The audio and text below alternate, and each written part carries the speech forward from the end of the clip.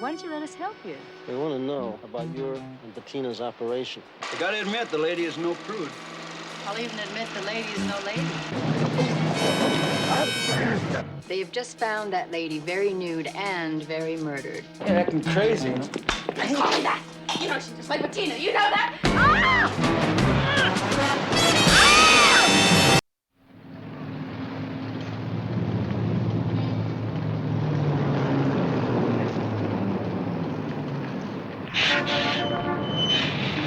He's still on the west side of the street.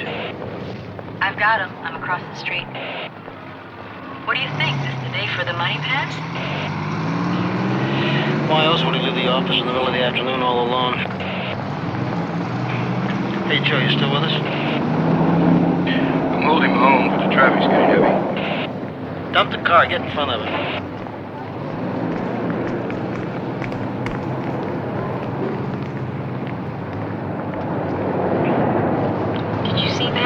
Anyone know him?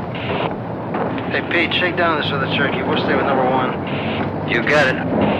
He's still not hinky. I'm in front of him. Stay loose. Don't burn it. There he goes toward the high-rise. Pep, go around front. Why?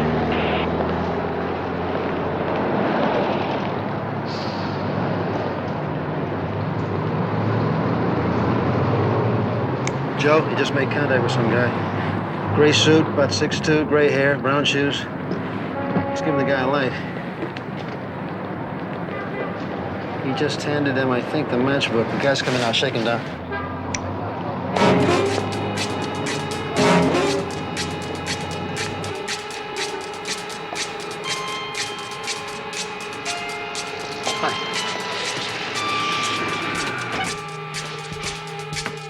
Getting cool out there.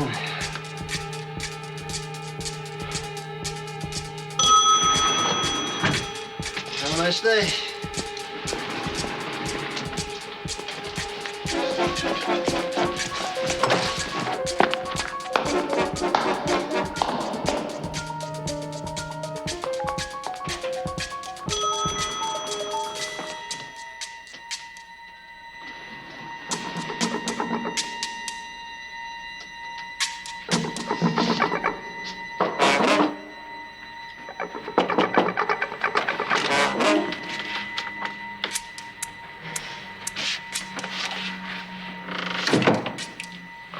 Missed you.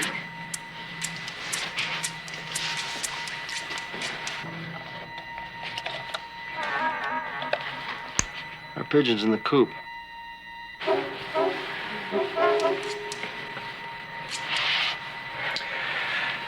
I never thought we'd get together. Why do you think that? Are you kidding? Look at you and now look at me. I must be at least twice your age, huh? Oh, Bettina. Beautiful name, beautiful girl. I think your name is beautiful, too. What, Sam? No. The one that says owner after the name of the company.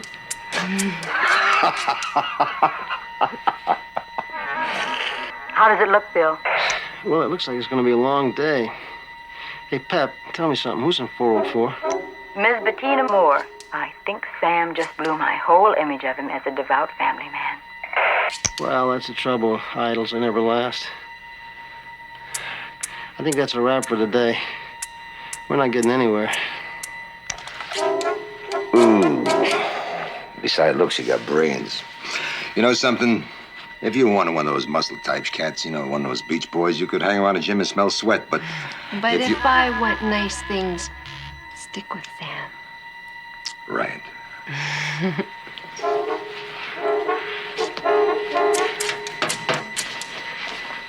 Now relax. This is going to be one afternoon you're never going to forget. Oh, come here.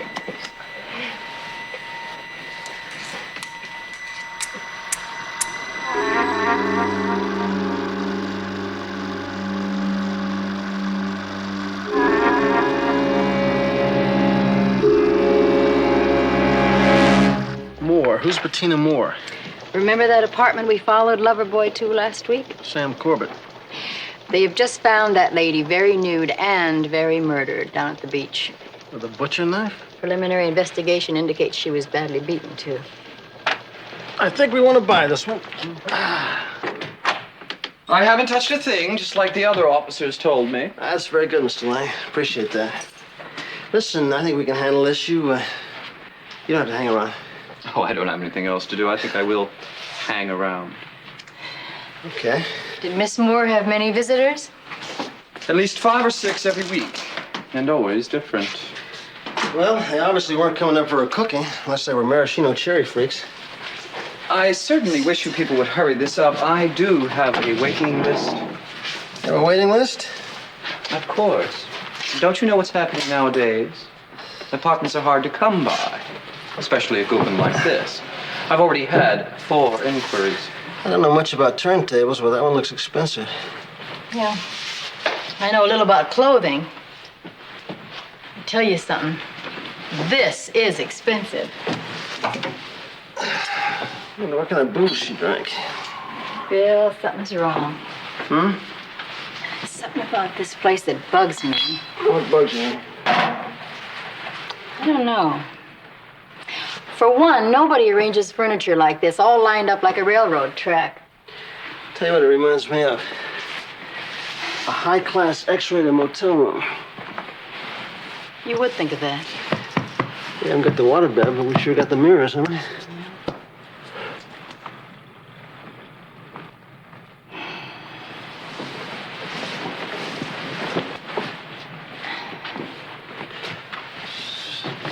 Is that what I think it is? Uh-huh. Mr. Lang, what's on the other side of this wall? Another apartment. Uh-huh. Anybody home? I don't know. Well, then why don't we check it out? Mr. Lang, don't get ashes on the rug, will you?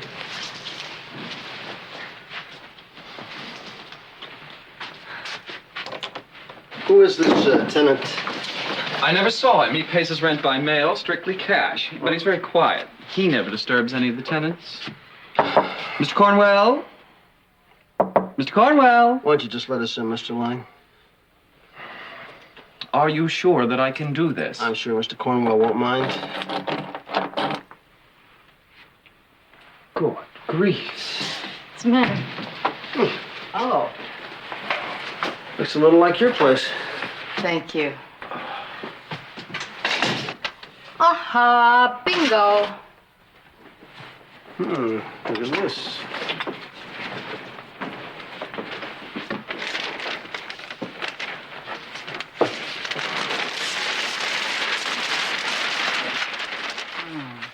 A nice view.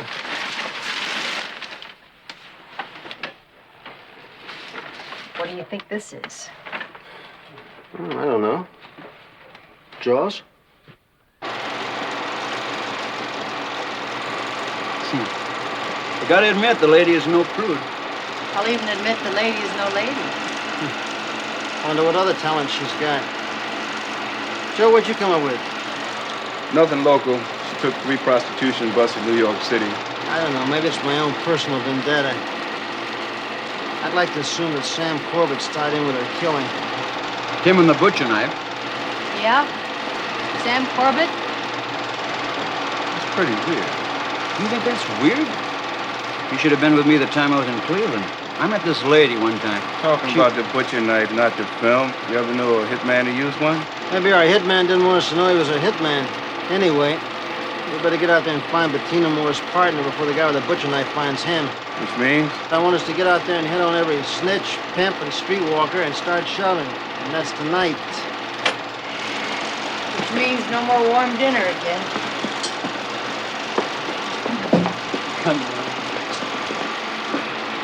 Bill, the off switch is where it says off. Huh?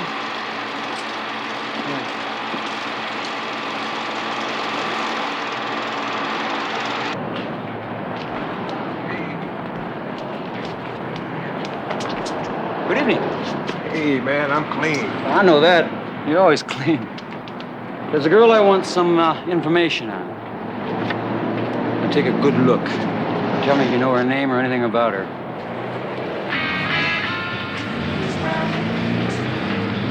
Hey, she's a real good looker. Hooker. Hooker? Mm-hmm. She don't look like a hooker. The best ones never do, they? You ever see her before? Nah, I remember her. Nah, never did. What'd she do, Sanj? She got herself killed.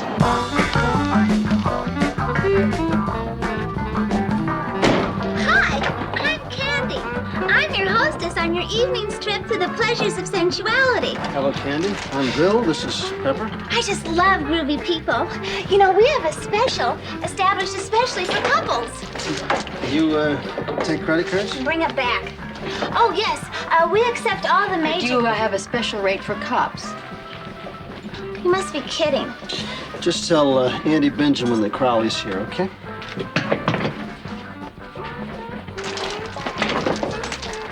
I wouldn't eat that unless you have a sweet tooth for penicillin. Crowley, get your rear end in here. Come here, off. Bill Crowley, you old son of a gun. Come here, let me get a look at you. How you been, sweetheart? Terrific. Thank you. Say, you're looking great. So are you. Oh, I declare it makes a person want to take off a couple of pounds and go courting. Sweetheart, before you lose any poundage, I gotta tell you, I personally like my women with little meat on them. Your lady friend looks well proportioned to me, William. Maybe you like them skinny. Say hello to Pepper Anderson. And Benjamin, how do you do? Well, hello, girl. Neat stuff. Thank you. What brings you out, Willie boy? Well, I got a snapshot here I'd like to have you take a look at. This little lady, look familiar to you? You ever seen her before? My. Popular girl. Oh? Lots of folks asking about her lately. Would, one of them be Sam Corbett, by any chance? Just folks. Bettina is dead. And we know she was the front end of a shakedown team. Yeah, I need to know the guy who was the back end. William, it's a good thing you're a cop. You'd starve to death if you were out on the street. Bettina Moore's peep-eye wasn't no guy. It was a little chick named Sheila. The girl. What was Sheila's last name? And what's the winning horse in tomorrow's feature? Man, you gotta do something yourself. And I don't suppose you have any idea where she is. Did I tell you I have to go for a hearing about my massage license? No, you failed to mention that. Seems one of our girls was indiscreet with one of our young customers who turned out to be one of your fellow police officers. You get my meaning. Well, I'll tell you what I'll do, Annie Benjamin. I'll say a couple of words to a couple of guys down in Vice. Bless you, Willie. Now, what are you going to do for me? One hears that there may be a motorhome parked on Cabrillo Beach. Like where? About 100 yards west of the main highway. The salt there might do some good. Thanks a lot, sweetheart. Anytime, Willie. Do tell those guys down at the Morrows unit not to bust me on Saturday night. Oh, how's Tuesday night, Grab?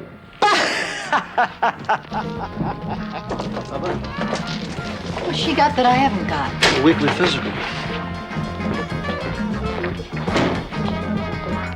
Candy, turn up that air conditioner. It's getting hot in here. Candy, where are you?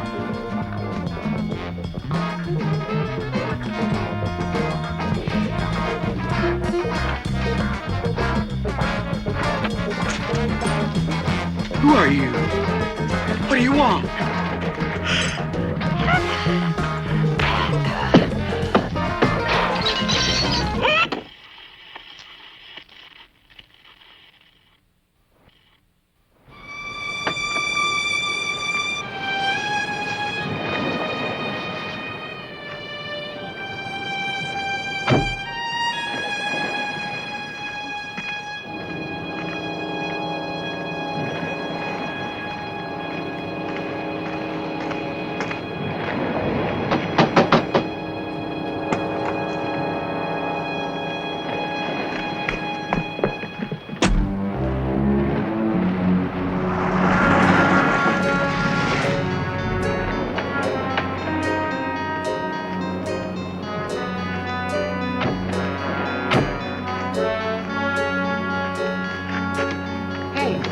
Motor's still warm. Maybe we better knock first. You're naughty, you know that? Huh?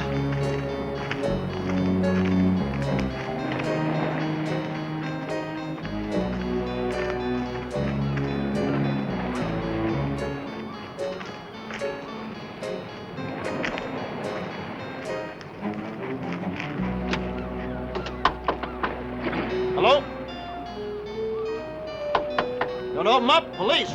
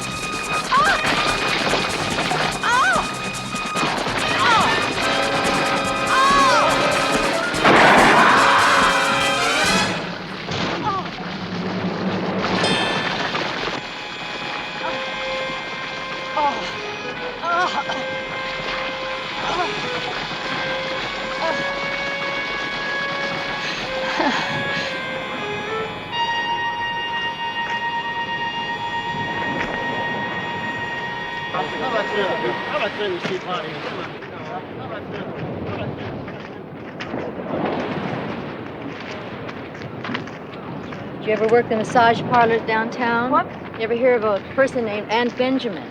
Benjamin? No. All right, let's start at the beginning. Now, what's your name? Sumner. Sheila Sumner. Who was this guy? I don't know. You don't know? You don't know who was trying to kill you? No. Sheila, we want you to tell us about Bettina. I don't want to talk about it. I don't think you understand. I mean, Bettina is dead. Oh, I understand just fine. I don't want to talk about it. Have you heard of my right to remain silent, the Miranda decision? Heard of that? Yeah, I think I've heard of it. Have you ever heard of the penal code and how extortion gets you 10 years in the state prison? Bill? Yeah, I've heard of that. Bill? Yeah. That was Joe on the telephone from the hospital. Auntie Benjamin's in intensive care, and it looks like it's going to be a long time before she does any talking to anyone. You see, we're obviously not the only ones curious about your operation. Sheila, this is just the start. They're not going to quit. Why don't you let us help you? I don't know what to do. I just don't know. Sheila, why don't you trust us? You know, we're not going to let anybody hurt you. Really. What do you want to know? We want to know about your and Bettina's operation. Okay. We've been working it about a year. It was easy. The money was good. But why did you pick Corbett as a mark? I mean, don't you think that was a little risky? Yeah, it was a little bit stupid. We didn't even know he was with the mob. We thought he was some guy with a finance company. By the time we found out, it was too late. Yeah. You want to tell us about that night? Bettina went out to meet him. When she didn't come back, I went to look for him. And I found him. Then what'd you do? I came out here. Anybody else know you were living at the beach? No one. Has Corbett ever seen you? No, that was Bettina's number. I just worked the background. Yeah, well, he may not have seen you, but he obviously knows you exist. Pete, listen. Take her over to the Victorian. Tuck her in for the night. We'll touch bases in the morning. All right. We're going to put you out of circulation, so we can put Mr. Corbett out of circulation. No, we'll take care of you. That's what I'm afraid of. Great. Let's check out this camp. Yes, sir, Mr. Smith. I hope you and Mrs. Smith enjoy your stay here. Room 416. Thank you.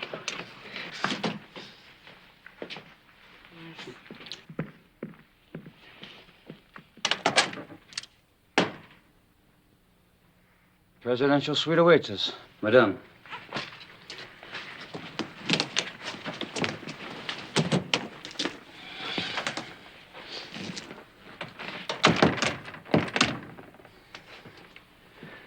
Whew. Might as well relax. Everything's cool. You out of your mind. Why is everything cool? Because we registered as Mr. and Mrs. Smith and we've got luggage. It's just like the old days, isn't it? Lighten up. I saw you register. I watched you. You think I'm a hooker, so stop playing it like the Sound of Music. Listen, I don't care if you're a hooker or a nun. You know, that's not my trip. So you might as well relax. I'm a friend.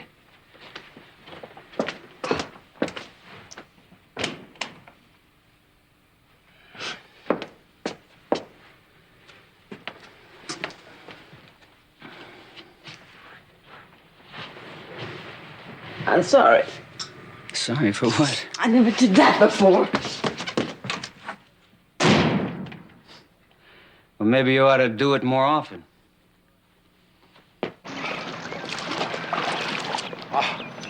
Phone, Mr. Corbett.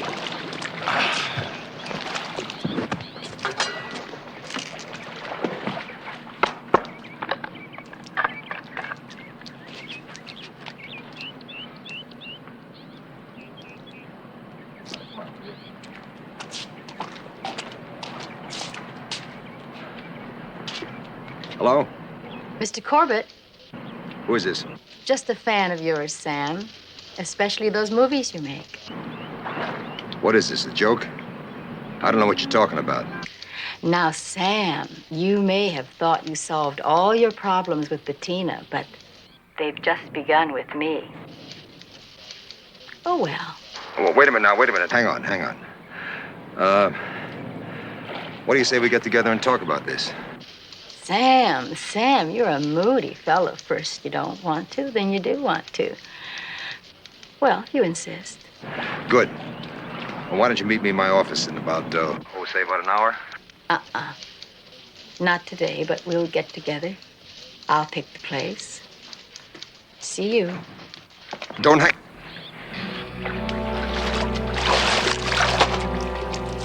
Dad, are you ready for the tennis game? Tell your mother I'll be just a few minutes. I'll meet her up at the tennis court. Is anything wrong? No. Just some business, that's all.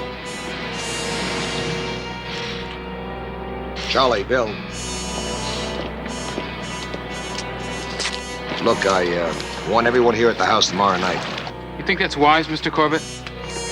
I said everyone. We're going to end this thing, once and for all.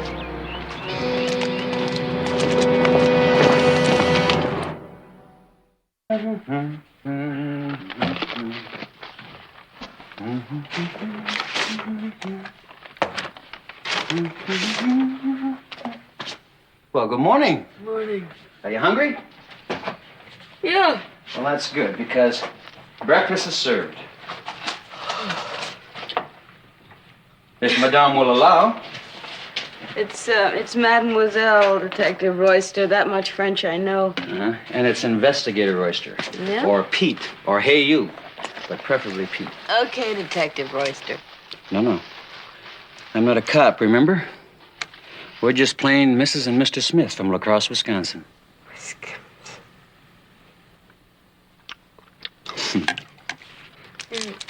Cash. Okay.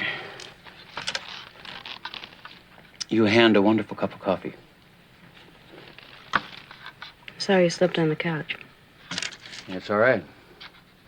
It's a luxury compared to the time I was trapped in the trunk of a police car. You were trapped in the trunk of a police car. I certainly was. How did you get out of the trunk of the car? I didn't. Now, fortunately, and I do mean fortunately, it was the end of the year, and we traded in that car for another one. Now, the guy who bought this car tried to use me as a bumper jack, and when he found out I didn't work, he complained to the dealer. You made me wait for that punchline. It's true. You see? How do you think I broke my nose, you know? Really. Now, he had me upside down with my nose under the bumper.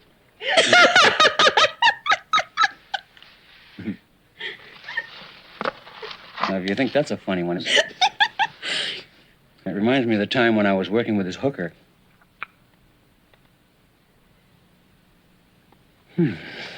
Wrong. I used to envy Bettina because she was so beautiful. Yeah, She was beautiful.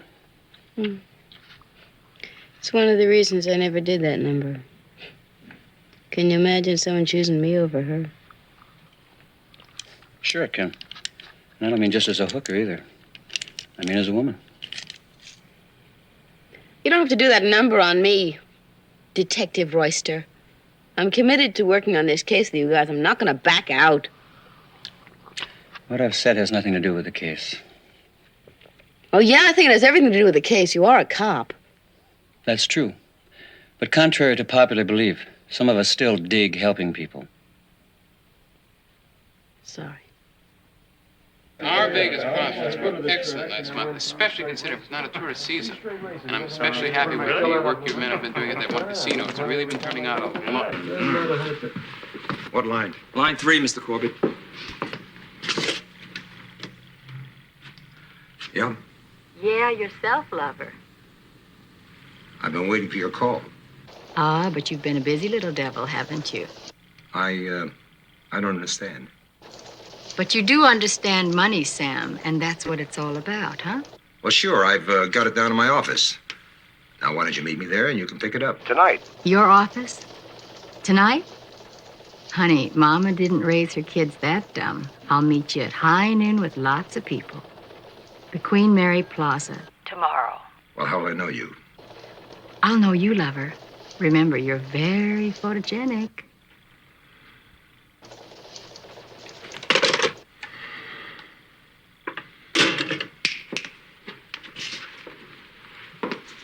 I wonder what she looks like, that chick. We don't know yet. Then find out. She's got to be hiding somewhere.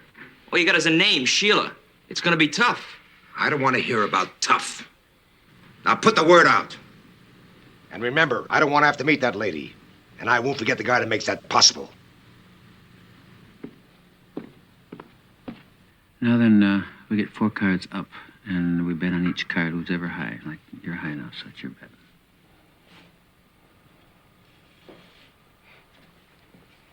I wonder if Bettina ever thought it would end like this. It's weird. What is? We never talked about the future, either of us. It was always what happened that day. Who we met, people we talked to in the market, the weather. If it was a really nice day, she'd get rhapsodic. You really liked her a lot. I loved her.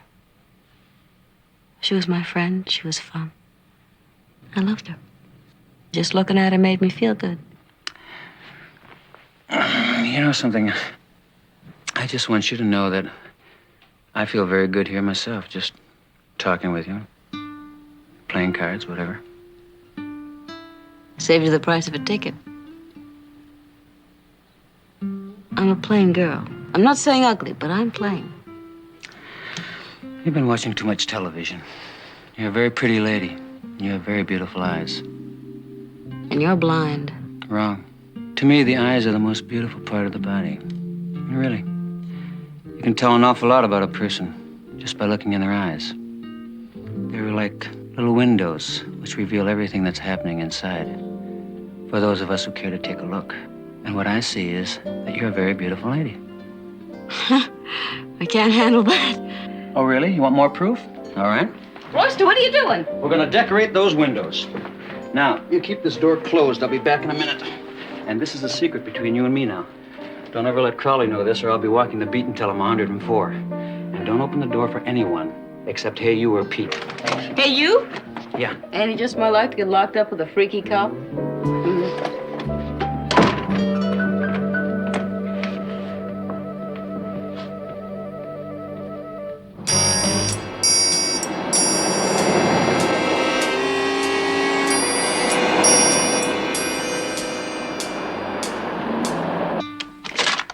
I suppose you're wondering what all this junk is for, right? It's junk for my beautiful eye. That's right. I've used that stuff before. It never did a thing for me. But that's because you didn't have an expert to help you. And Hey You is the expert. Absolutely. Listen, Sheila, this is something I've never told many people before, but a long time ago on the force, before we had ladies working with us, I had occasion to dress up like a female. Really, I was the original policewoman. Of course, my hips were a little slimmer and my legs were a little longer. Seriously, I had to dress up like a chick. With or without your mustache? That all depended on who we were trying to catch. Ah! Now, what I've learned early in the game is that the eye makeup makes all the difference, especially the shadows. Which brings me to my two favorites, Mink Brown and Foxy Silver. Now, if you want my personal opinion, and professional, Foxy Silver. I'll save the Mink Brown for me for later.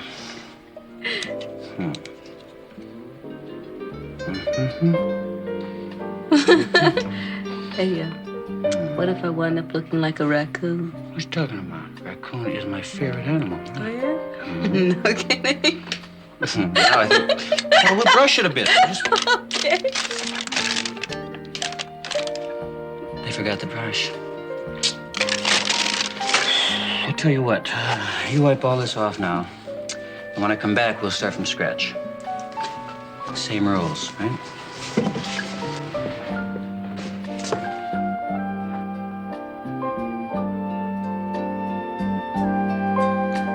You have very beautiful eyes.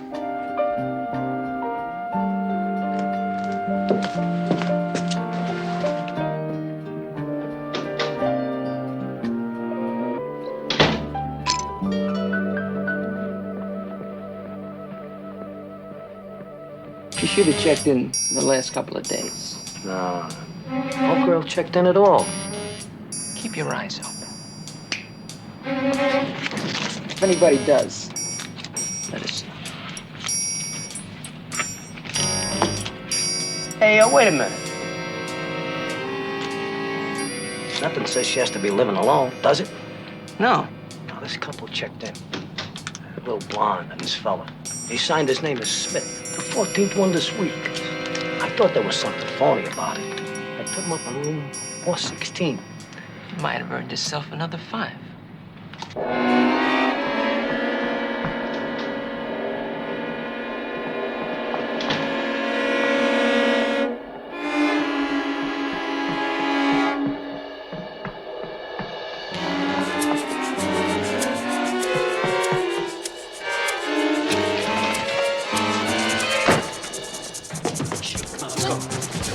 Plan later. Come on, let's go.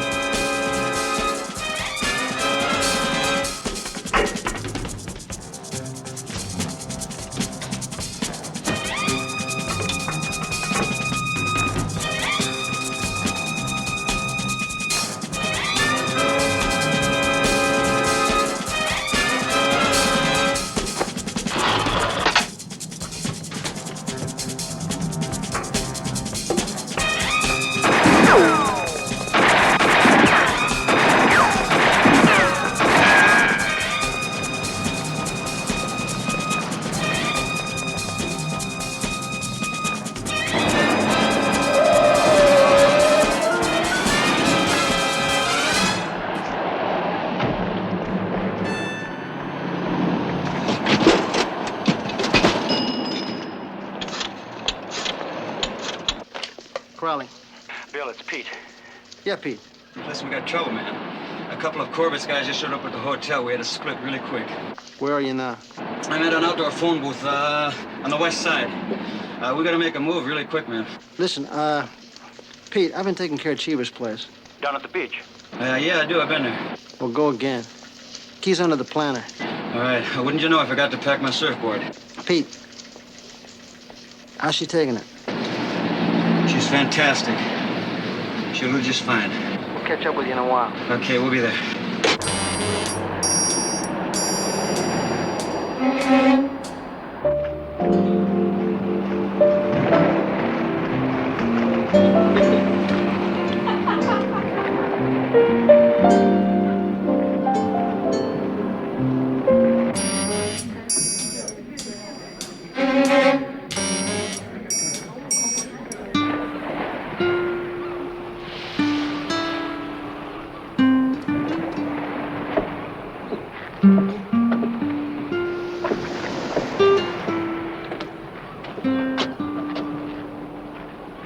Good morning.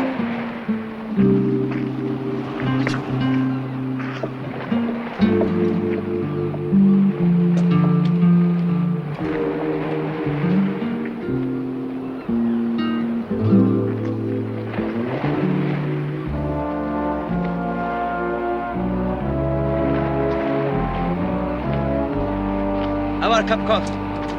No. Well, if you don't like my coffee, then how about some milk and cookies? You're crazy. You gotta be out of your mind. Milk and cookies. Somebody tries to kill me and you think I should go eat milk and cookies. Well, what should we do now? Should we fix up my hair and go play in the sand? Look, Sheila. I know where you're coming from. You know that. We might as well relax and try and stay calm. It's very easy for you to say. When this is all over, it's, you know, just split. Leave it all behind, right? No way, Sheila. Not a chance. You know that. You know that.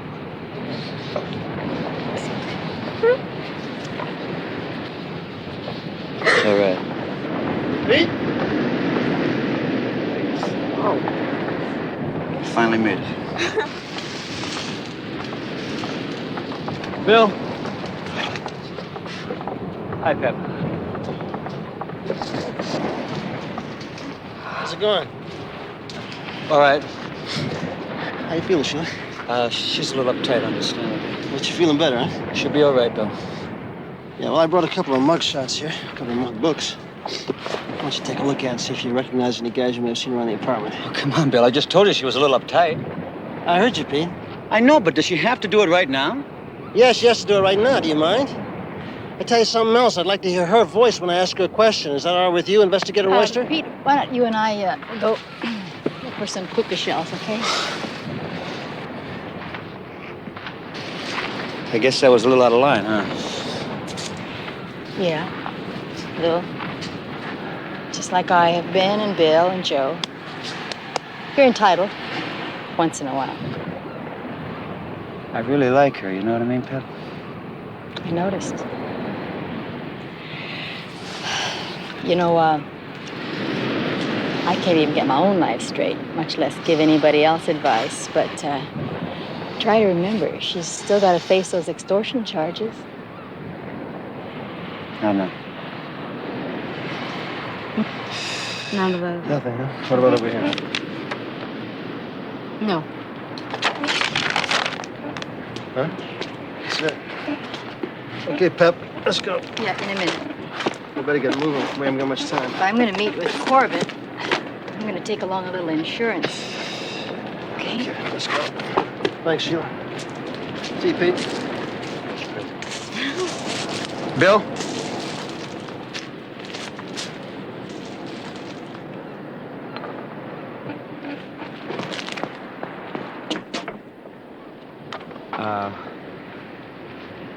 Sorry about over there. Forget about it, Pete. Everybody's a little uptight. Yeah, no, I really mean it, though. Hey, it's forgotten, okay?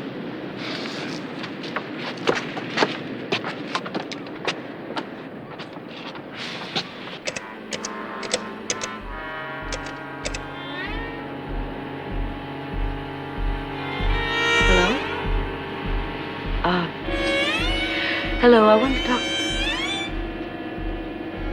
talk to Mr. Corbett. Corbett, Mr. Corbett.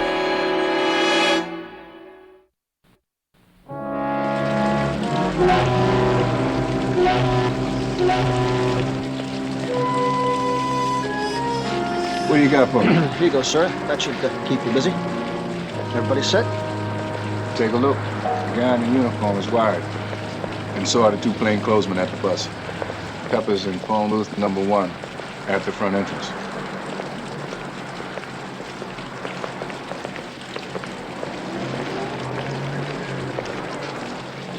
Okay, guys, here I come. All units, officers approaching the circuit. Look alive, guys. Here comes the spider. Looking like a lamb. Hello, lover. Hello. Say, I must admit I'm a little bit surprised. Really? Why, Mr. Corbett? See, you're much better looking than your girlfriend, the one... Best of two worlds, right? I'm alive, too. You mind if I look in this? Come on. No, when do I get to look? For the money. You mustn't be hostile. Yeah. take the gun out of her bag. Hey, little girl shouldn't play with such dangerous toys. Now, don't panic. Nobody's going to get hurt. What are you going to do? Well, we'll take a little walk toward the street. I've never seen the Queen Mary. Just walk slow.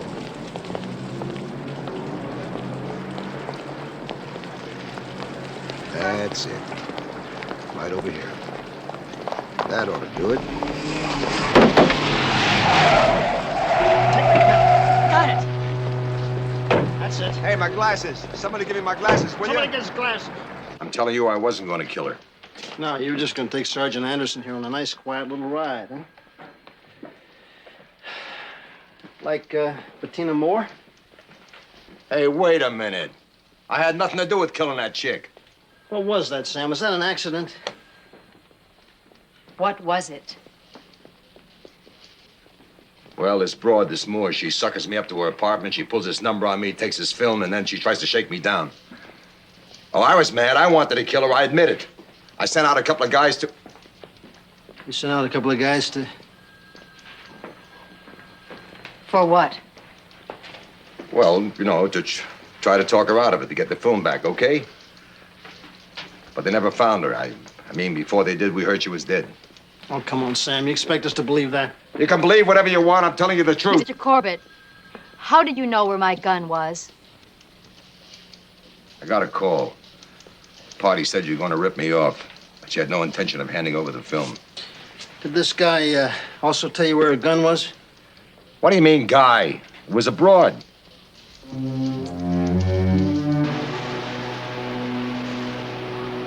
Well, as long as I'm here, I might as well help out. Something's wrong. They should be here. Nothing's wrong. Why aren't they here? Things like this take time, baby. Don't worry. I haven't seen a time yet when the crooks weren't at least a couple hours late. We haven't been touched in years. I was always on time. I'm a crook. Listen, baby, don't start putting yourself through all these changes, huh? And, you know, you might take it easy on that stuff, too. What is all this? Something that Sergeant Anderson gave you to use on me? Oh, Pepper? Yes, Pepper. Think I didn't see you two wandering down the beach arm in arm? Oh, Pepper and me? Really? You're acting crazy. I told me that. You know she's just like Bettina. You know that. You just relax. show her pretty face and wiggle around and she can get just what she wants. Ain't worth it. Fall over for her. Now just calm down. All right? Relax. We. Yes, hello. Oh, Joseph. How you doing? What? You're kidding.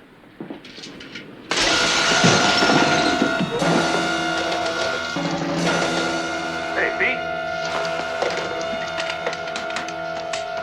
1252 to 51. This is 51. Go ahead. Trouble. Pete was cut off in mid-transmission. We'll keep trying. That's a Roger. We're on our way.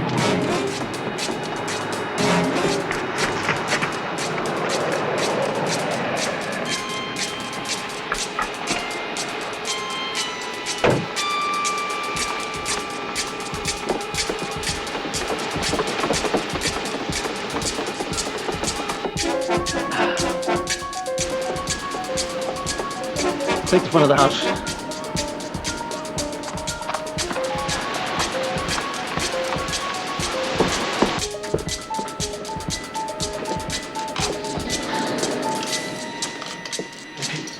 Pete, man, you all right? What's the matter?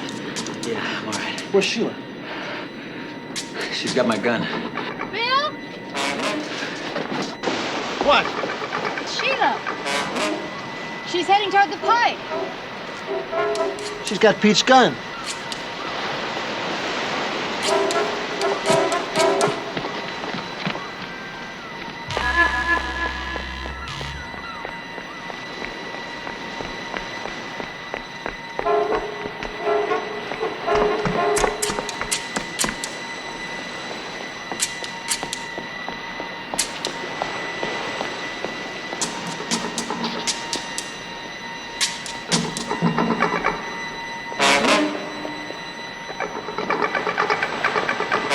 Can't see her.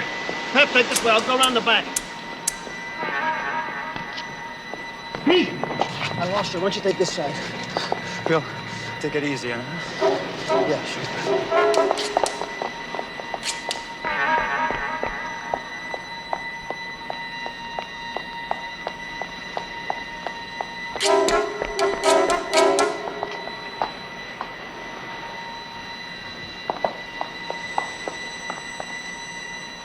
Sheila! Sheila! Sheila! Sheila!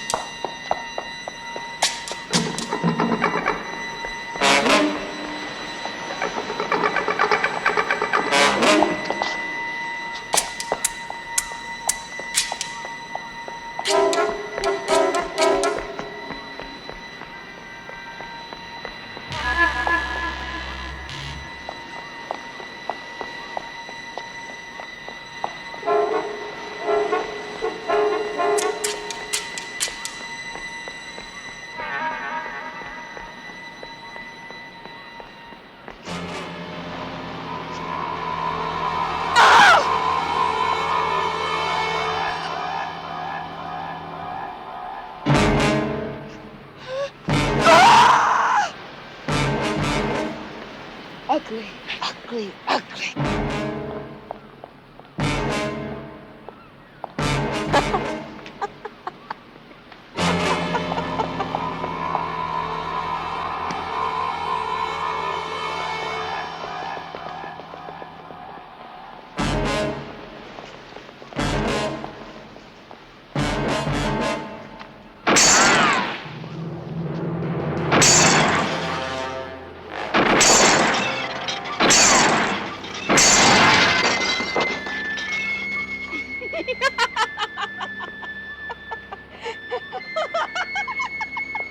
Pete, stay back.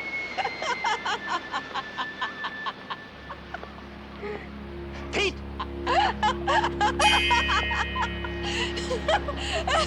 Pete, baby.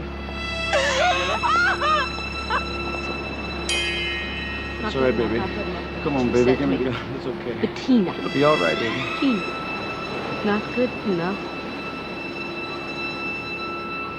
She finally hooked herself up a rich one. Let me be your maid, please. Please? I'll do anything. And she just laughed. You're not good enough. I picked up the knife and I asked her one more time, please? Please? Not good enough. Not good enough. That's what she said to me. Bettina?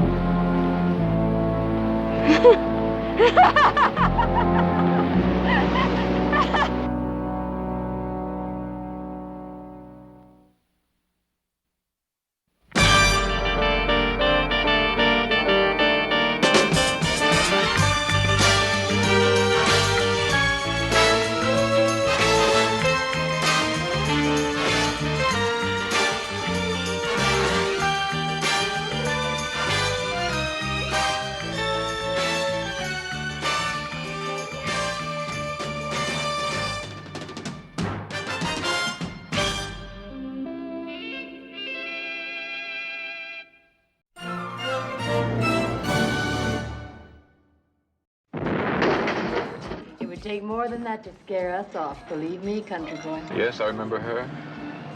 Snitch. But you couldn't take me for what I was. So now you've climbed your ladder to the top, Chief. And I'm still scratching for it on the street. Take the roof top. Move out!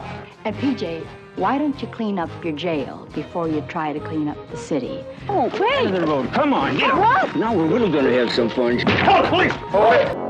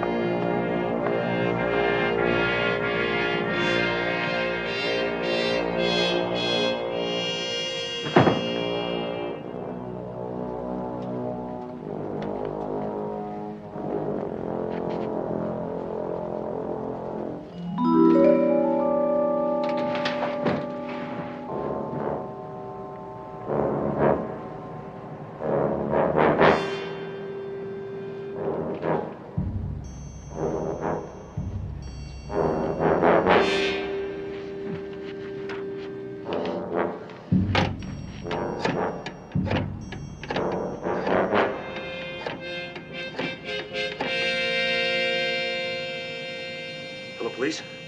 A man's been shot, murdered. At the Savoy Hotel. Yeah, hurry.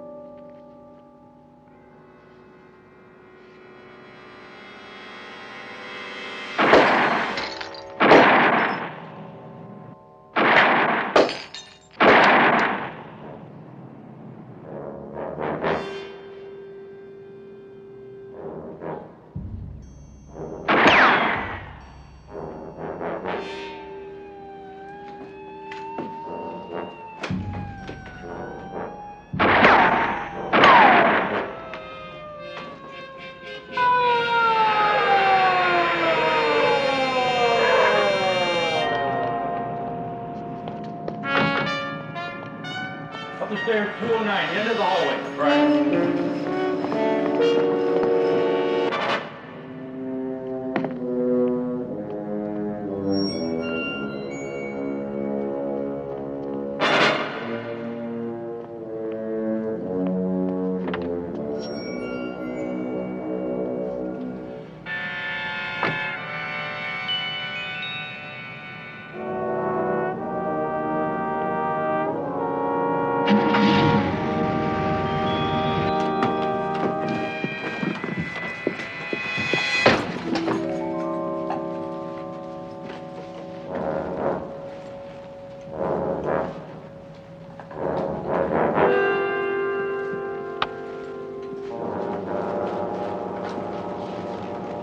Nothing.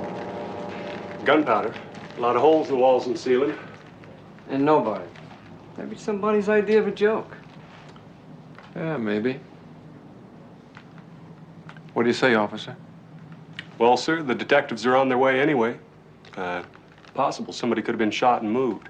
I'd say we give the room an overhaul just to be safe. We'll do that.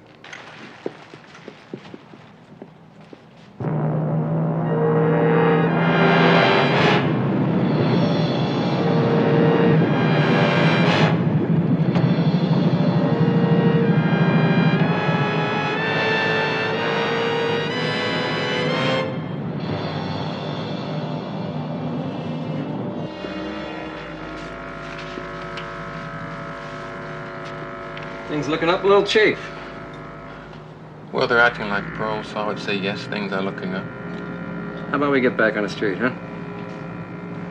No, you go on back, Uno. I'll stay here and look after our detectives and catch it right back with them, okay? You're the boss.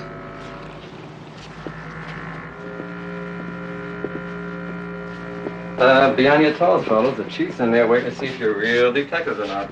See, what's a big chair and he's turning the apartment upside down. But only for the better.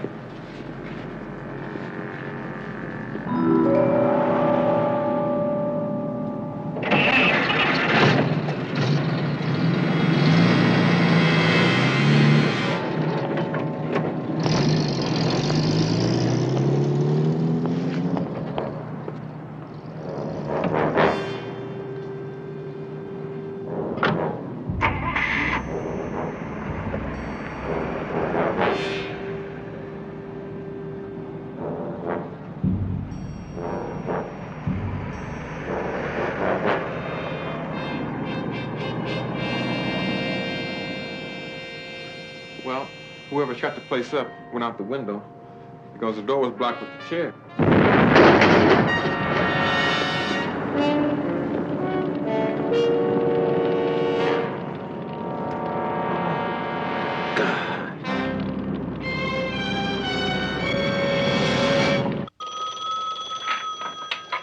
Sergeant Crowley. Yes, sir. Yeah, sure, I remember. Let's see. Anybody around here know how to spell mesmerize? Mesmerized? What kind of word is that for a police report? Joe, I just asked you if you could spell it.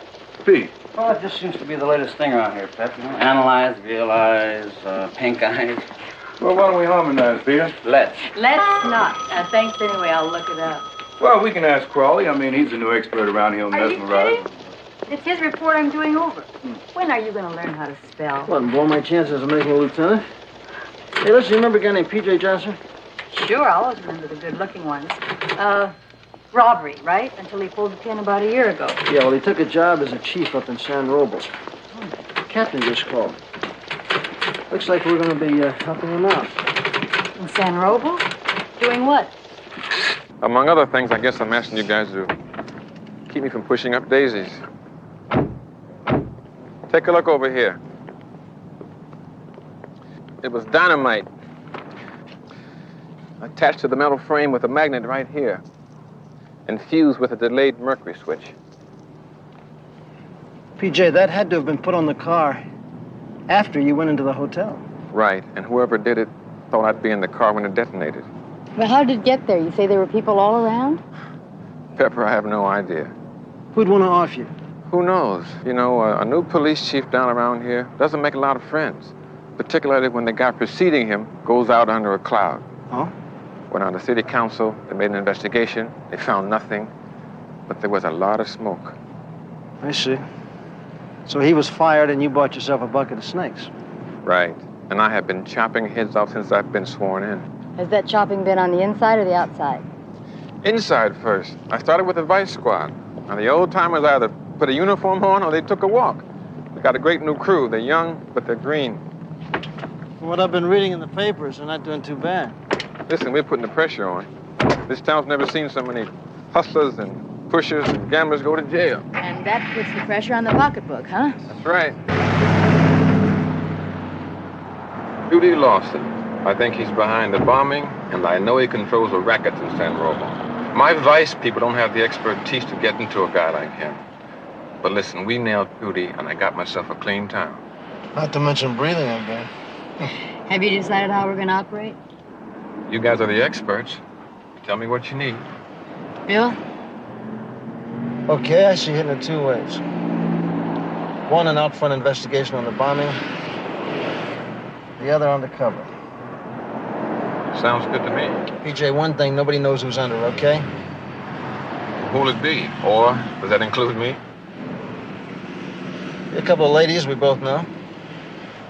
One of them is Pepper, right? Figures. Who's the other one? You remember the Black Widow, PJ? Yes, I remember her. Snitch. Why her? I thought you wanted me to run the store.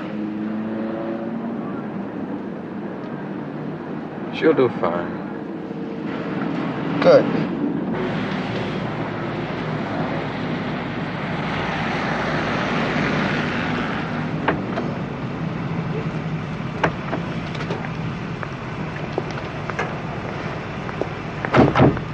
And then we just try to draw attention to ourselves and have everybody thinking that we're just freelancing here in San Robles. That shouldn't be too hard for you. Oh, we should talk. And then we just see where it takes us. Oh, it's your money, honey. It's the city of San Robles, so you might as well enjoy it. You betcha I am.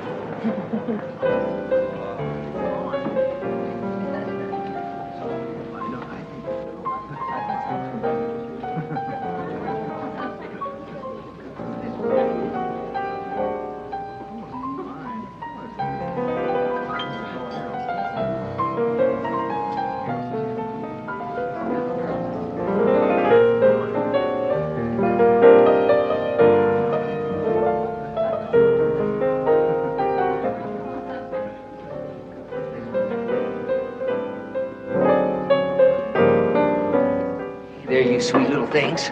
Good evening, ladies. How's about a couple old country boys buying you all a drink, huh? Yeah.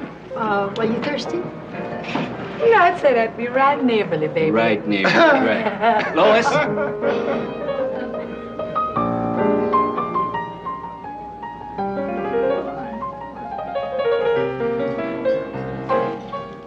Not ours. What if they get some action going? Well, why don't we just wait and see what it might be? Now, Batson, just exactly what did the witness see? Well, he was a wino, so I'll try to quote him. He crawled down the fire escape of the hotel, crossed the street, got into a car with a hole in the roof. A sunroof, yeah. Did he say what color the car was? Dark. Did he get a license number? Just the first part, 143. Okay. Thank you, Batson. It's a start. Now that was no country boy story. You'd be surprised what it felt like to dig up in the backwoods. Is it catching? You want to see his rash. Hey, now, Skeeter, old boy, you don't want to go and scare these pretty young things off. It would take more than that to scare us off, believe me, country boy. Oh, I bet it would at that. Man, oh man, we sure did drop a pretty pair tonight. Yeah, and expensive, too. I'll bet you that. Hey, a little discretion, huh? Well, let's just say if you can't afford it, don't touch it. That's right, fellas. Well, about the best shape we're in tonight is buy a couple of rounds. But maybe you gals would entertain the idea of seeing us a little credit. If you're looking for credit, go to the bank. What is this, the point after or the credit union? Thanks for the drink, fellas. Nothing personal, but we gotta go to other hunting ground. Oh, we're just having a little fun here. Oh, well, you look us up when the crop comes in. Sugar pie. We'll sure do that, Critter Cake. Duty? No.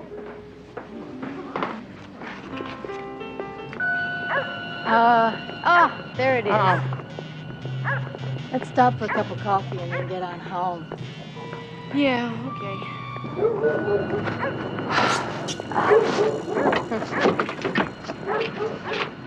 What I need is a good night. Okay, ladies, out of the car. Oh, wait. Come on, get on. Now we're really gonna have some fun, Sugar. Police. I think you might like to take a little ride with me, huh?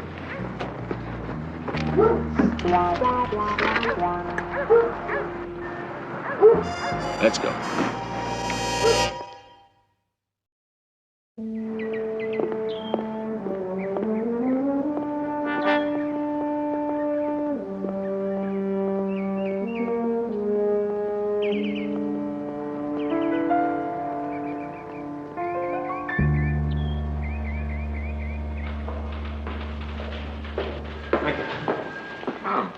Morning. I'd like to meet Sergeant Bill Crowley. Tom Andes, our city manager. Strandish? Oh, yes, Sergeant Crowley.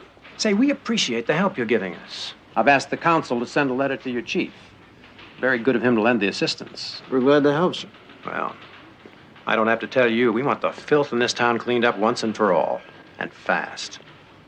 PJ has my full support. So if there's anything I can do, anything. Well, with an attitude like that, how can you fail? Well, Sergeant, nice meeting you. Strandish? Best of luck to both of you. Tom.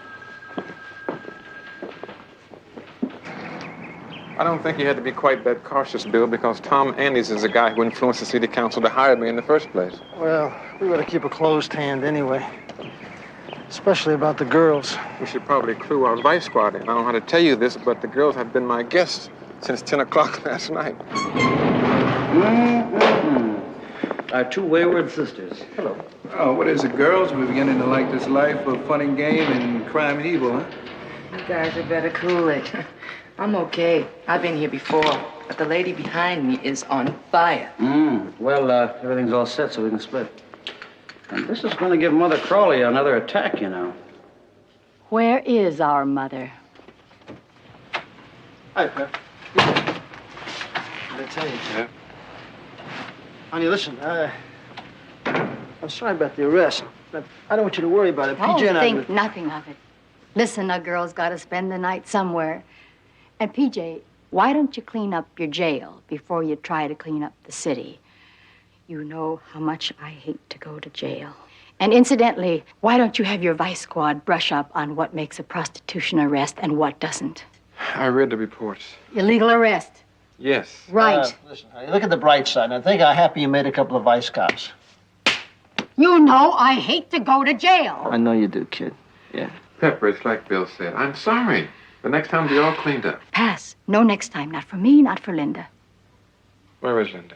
Oh, she's just finishing up, scraping off the grime. You may go in. She's decent. Pep, listen, I got something I want you to work on tonight, kid. I'm working on nothing until that chief gets his vice squad their homework. I am still itching from all the bugs, all over.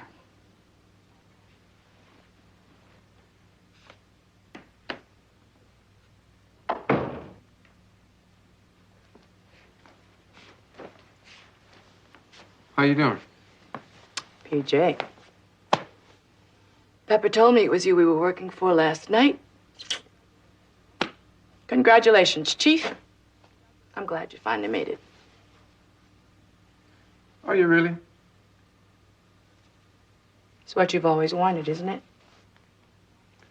Yeah, I guess it is. Linda, I really appreciate what you're doing. I want you to know that. Yeah, PJ. Well, I don't appreciate. Just here for the bucks, just like always. You haven't changed a bit, have you? That's it, babe. We had a sweet thing going at one time. But you couldn't take me for what I was. So now you've climbed your ladder to the top, Chief, and I'm still scratching for it on the street. So let's leave it just like that, okay? We'll leave it just like that.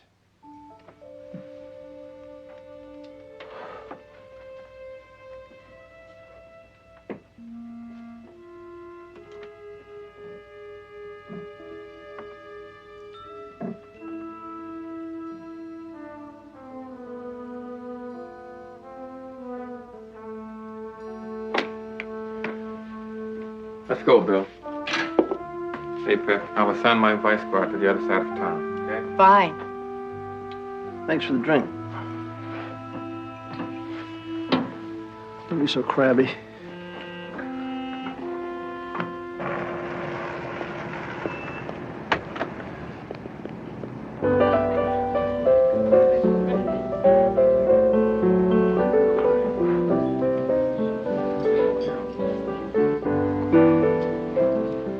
But don't just stand there.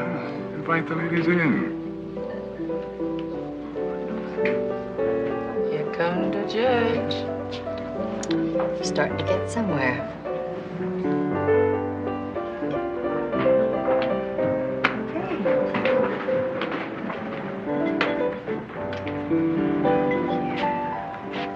Well, it is. Hello. Man I work for would like to have a little chat with in his office. Oh, well, thank you, but we're comfortable here. But he's not too concerned about your comfort. He's not very much of a gentleman, is he? Prefers his privacy. Let's not keep him waiting, shall we? I think maybe the man has a good argument. I think maybe you're right. You lead, we'll follow.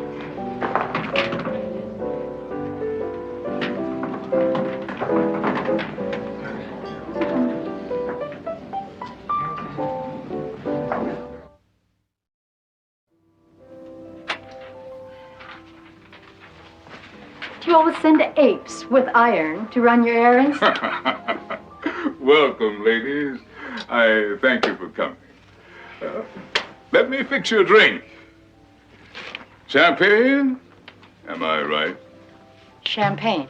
That's very nice of you. I understand you had a run-in with the law last night. You get around, don't you? Unfortunate, but of course that's what happens when two newcomers try to work on their own. Are you suggesting that there's a way to stay out of jail? Well, let's put it this way. Nobody works in San Robles without my permission. Protection is one of the fringe benefits. Protection is one of the fringe benefits. Well, that certainly could be attractive. It's the only game in town. You work for me, or you don't work. That's simple enough. Well, when do we start, boss? Tonight. Larry will take you. Help the customers spend their money. Then just move right ahead with the first thing that looks good to you. Mr. I don't even know your name. You make it sound so easy. Just call me Hootie. It is easy, as long as you don't get greedy. Judy. Boss.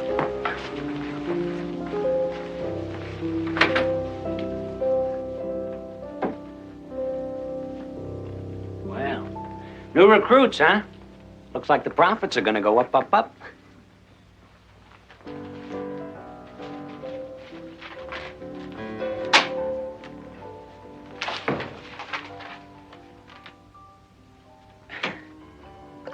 Kind of thin, Tootie.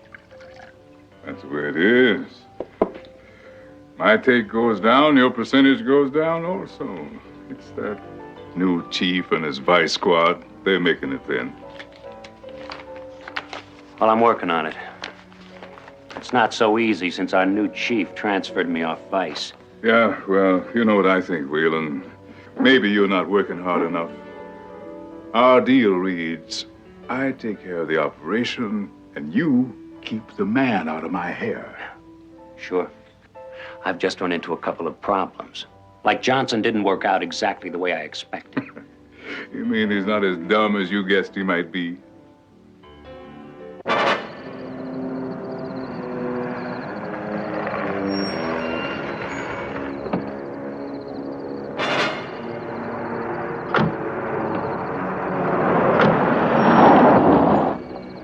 Well, you stupid.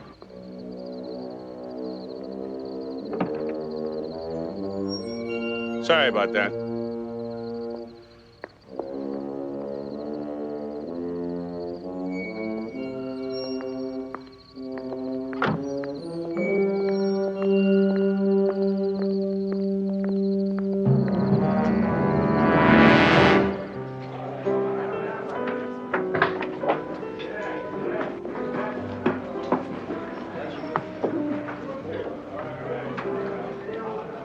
Lydia's all you have to do is mingle with the crowd and look pretty. And I'll get you some chips so you can play. There you have it, gentlemen. Every explosive supplier has been checked and every customer run down for the last 6 months. Well, I'm impressed you guys have been working so hard. Yeah, we're not finished yet. And one of the customers turns out to be the city of San Roble. Well, the sanitation department uses dynamite at the city dump. Right. And every delivery made to the dump site matches the use inventory. But the city warehouse received 6 cases at the beginning of the month, and the city dump received 5. That doesn't make sense, because only city employees have access to the warehouse. Well, it's just like you said, Joe. You guys aren't done yet. Right. All I need is a list from PJ. Everybody who has access to the warehouse. And we'll start running it down in the morning. Why don't you start running it down tonight? Bill, whatever happened to a good night's sleep? May I tell you guys something? Do you know that Harry S. Truman got by on 5 hours sleep a night? 5 hours? Yeah, Bill. But he was president, not a cop.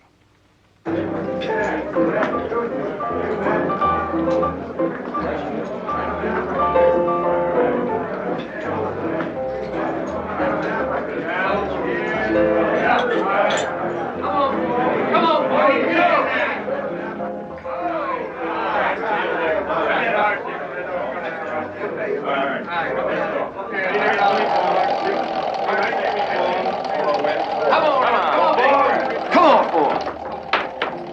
7, a loser, 7. Hi. Hi. We have a new shooter coming out. How you doing? Not so high. Want to change your luck? What would you like me to throw? A 7 would be wonderful. 7. Okay. The gentleman wants a 7. This lady wants a 7. Come on, 7. 7.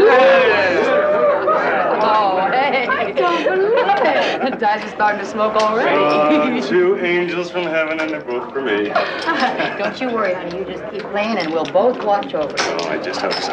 You want me to show another 7? That would be nice. Here comes another 7. Come on, 7. Do it. Do it. 8 easy. Oh, I'm sorry. Not bad. It's all right. It's all right.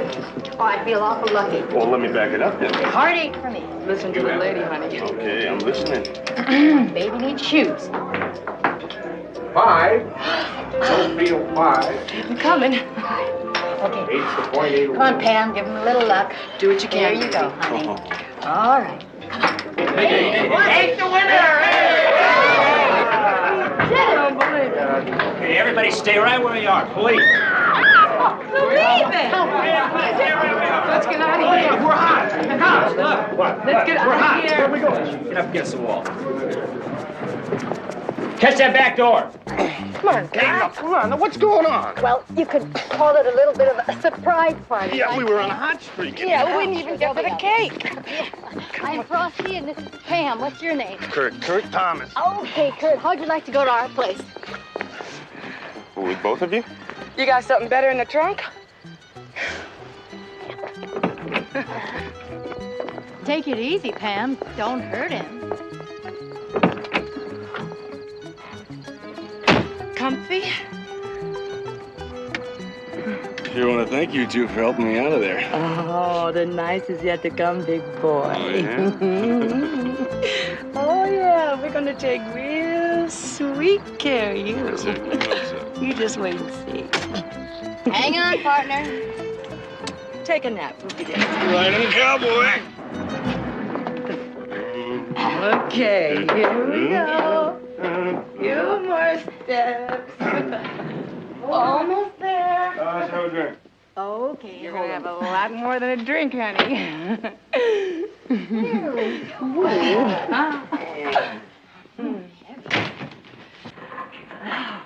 Isn't this pretty? Yes.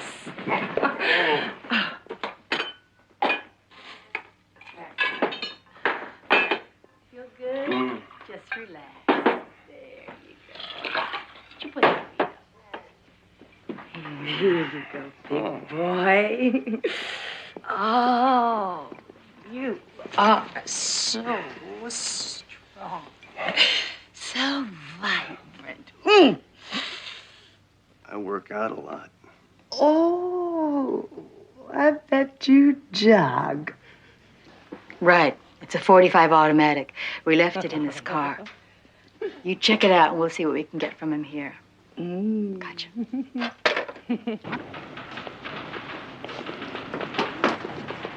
Hey, you two fellas seem to be in a big hurry. Got our first real break. Ballistics told the story. Really? How? The guy who shot up the hotel room? We got the gun. We'll have the gun in an hour. Terrific. That's really terrific.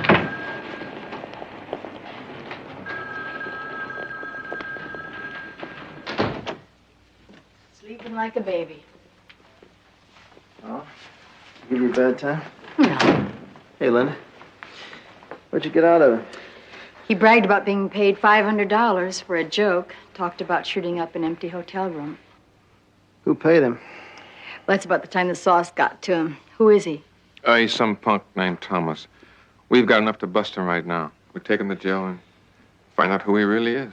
Let's take him in. Here we go. Hey, come on, buddy. Right, huh? Go. Come on. Wake up. Hey, here we go. Go take a little ride. Oh, well, that's nice. Right. Here you go, Mike. Hey, hang on there, Pat. Okay.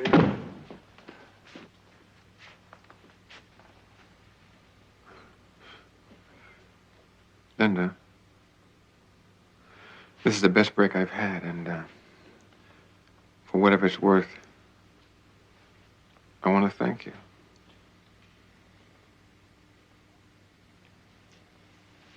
That's what you're paying me for, Chief.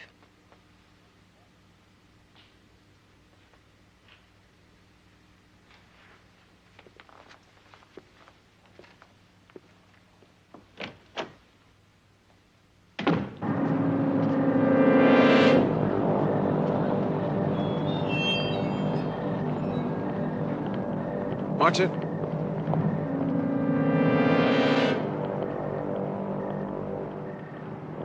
Come on.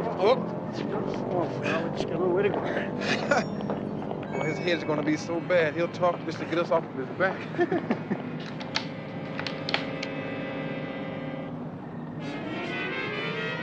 I wouldn't want to have his head in the way.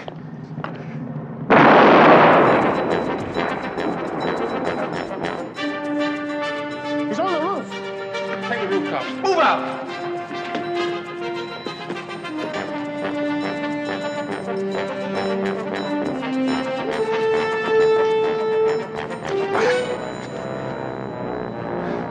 dead. PJ, The sniper. that was meant for you, wasn't it?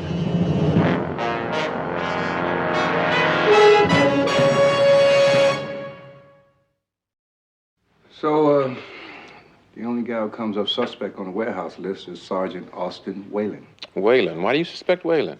2 reasons. One, he has access to the dynamite at the warehouse. And the other, he used to be a demolitions expert. You know, Whalen was one of the first guys I took out of Vice. But he's got no clout. Maybe that's where you made an enemy, PJ. A man with influence could use him. Who's the only person who knew we were bringing in Kurt Thomas? I told Andes. That's right. Tom Andes. Come on, man. It was a miss. I mean, the sniper was trying to take me out. But was he trying to take you out? Or was it just convenient for you to think that? It's possible that Kurt Thomas was the target all along, trying to keep him from talking. That's right. Tom Andes has been very good to me. It's a possibility we can't overlook. It's also speculation, Bill. You have no proof. If it's there to prove, maybe Linda and I could push it through Lawson. Okay, I said up front, we'll do it your way. It's your show, okay? Fine. Where's Linda? She'll be right back. She just drove home for a while. Oh, yeah? She's got a benefit program going for herself back in the big city, right? What's that supposed to mean? What it means is, what's she doing? She's out hustling on the side, right? No, PJ, that isn't what it means. What it means is none of your damn business. Pete, Joe? Yes, I think I'm gonna get something to eat. I gotta hand it to you, PJ. You still know how to put your foot in your mouth. You really do. So it got Pepper teed off at me, man. So what? This is not a reunion, Bill. We're here to work. PJ, let me tell you something. Pepper likes Linda a lot. They're very good friends. Now, I don't know what went on between you and Linda a few years back. I couldn't care less. You want to know what it was, man? I couldn't care No, less. I will tell you, Bill. I asked her to marry me. Me, a cop, man. Wanting to marry a paid informant, a street lady, who knew more about the streets than any cop could ever know. Because I loved her. That's simple.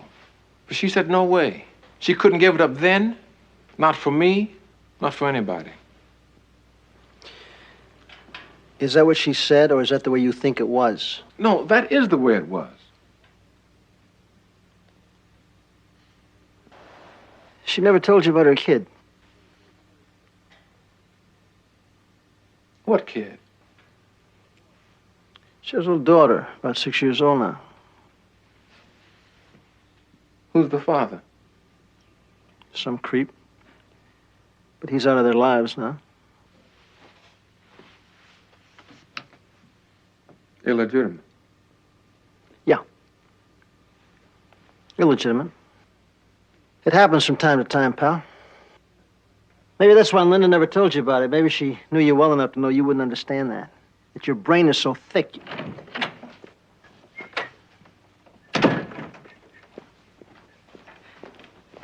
Hi, William. PJ, Linda? what's going on? Nothing. We were just, I'll see you both later. You want to tell me what's going on? Well, you see, I got this big foot that always ends up in my mouth, and this thick brain. You don't want to hear about it. What's her name? Whose? Your daughter. Who told you? What's her name? Trudy. Is she pretty? I think so. As beautiful as you are?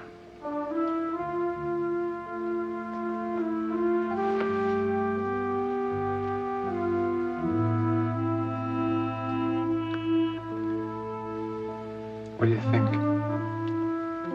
Can I meet her someday?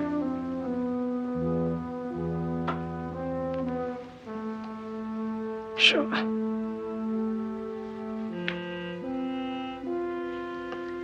Well, let's just say it was an unfortunate mistake, and it won't happen again. And what does again mean? Means you're still on the payroll. We have a new spot opening tonight. 1202 Ranch Road. Be there, 6:30. 6:30, Judy. We're back in business. Huh, great. All right, Judy. Look, all right, it'll be taken care of. It takes time. I'll give the message. Listen, just don't call me at work anymore, huh?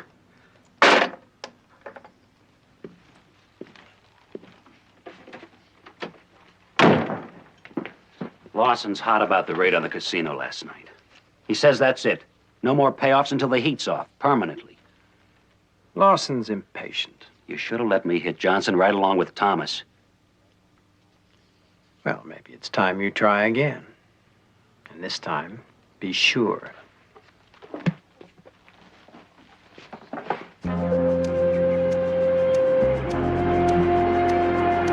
Here they come.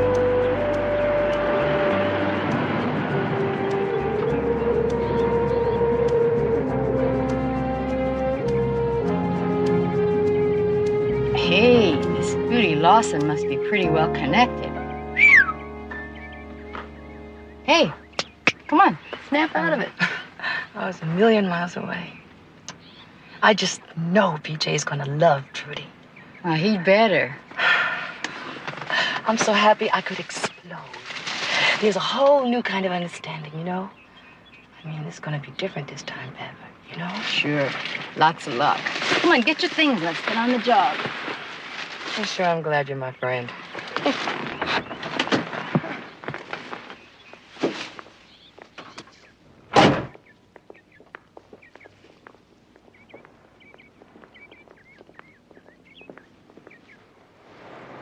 Hey, William, the live ones have arrived.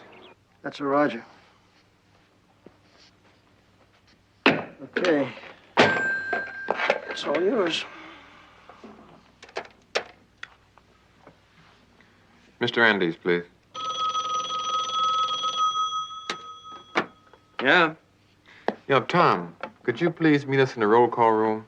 I have something I think will be of interest to you. Sure, PJ. Right away.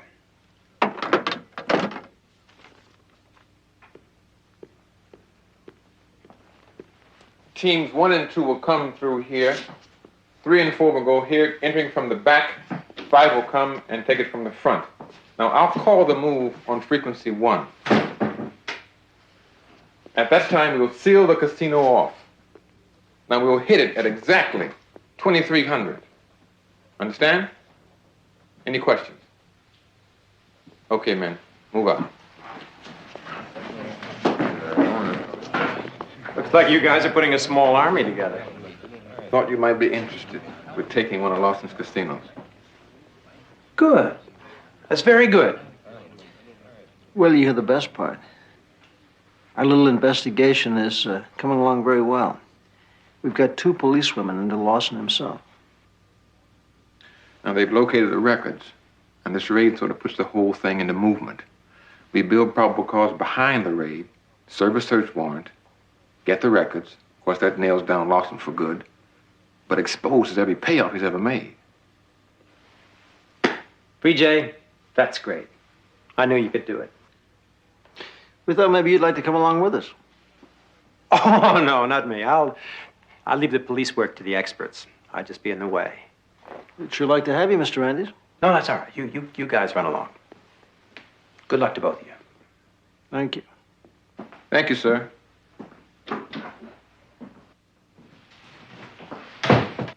Excuse me, ladies. Certainly. Thank you. Lawson. You got 2 new women working for you? They're cops. What? I'm telling you, they're cops. Look, there's a raid planned for 11 o'clock. And then they're going after your records. My records? How? Listen to me. There's only 4 people who know about those records besides us. The 2 women, the chief, and this Sergeant Crowley. Now, I'll take care of Johnson and Crowley. You deal with the women. Jack.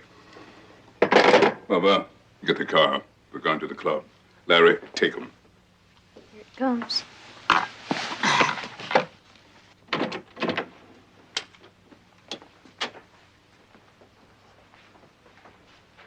Thought you fellas would be gone by now. We want you to come along, Mr. Andes. Now look, I told you I didn't want to go. Lawson, you got 2 new women working for you. They're cops. I'm telling you, they're cops. Look, there's a raid planned for 11 o'clock. And then they're going after your records.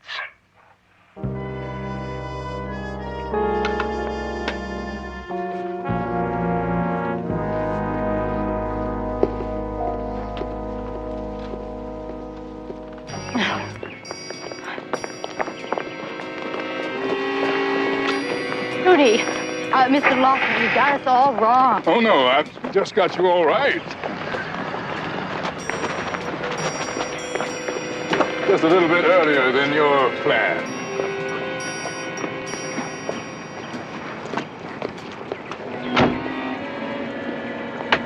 I don't like this a bit. Club, Bubba.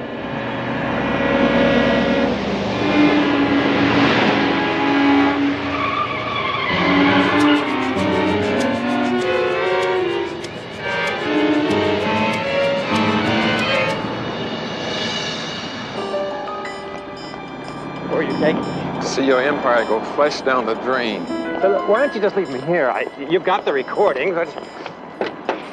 Get in, Andes. Get in the car. Nope. Where you going, huh? Where you going? Just relax. I better have the keys, PJ. All right. You just relax, Andes. Where you going, Andes, huh? No, don't! No what? It's a bomb! It's a bomb! It's fired to the car! Is that a fact? No!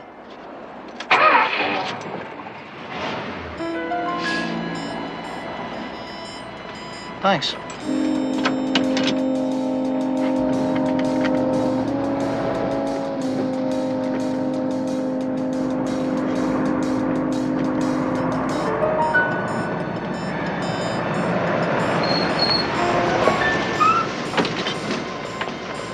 Chief. Yeah? Just like you figured, we caught him red-handed. He had a trap door down here, sneak down underneath the other car, and whammo. Hook 'em. Right. Right.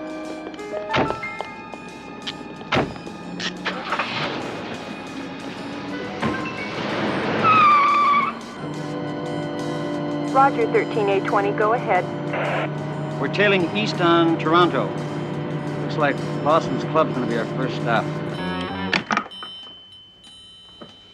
Safe and sound.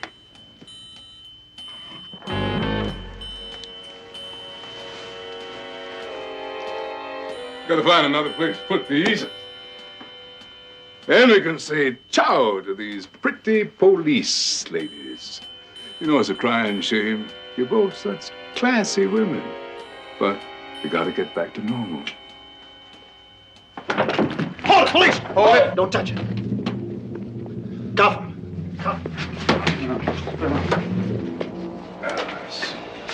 Nice. Come on. Behave yourself.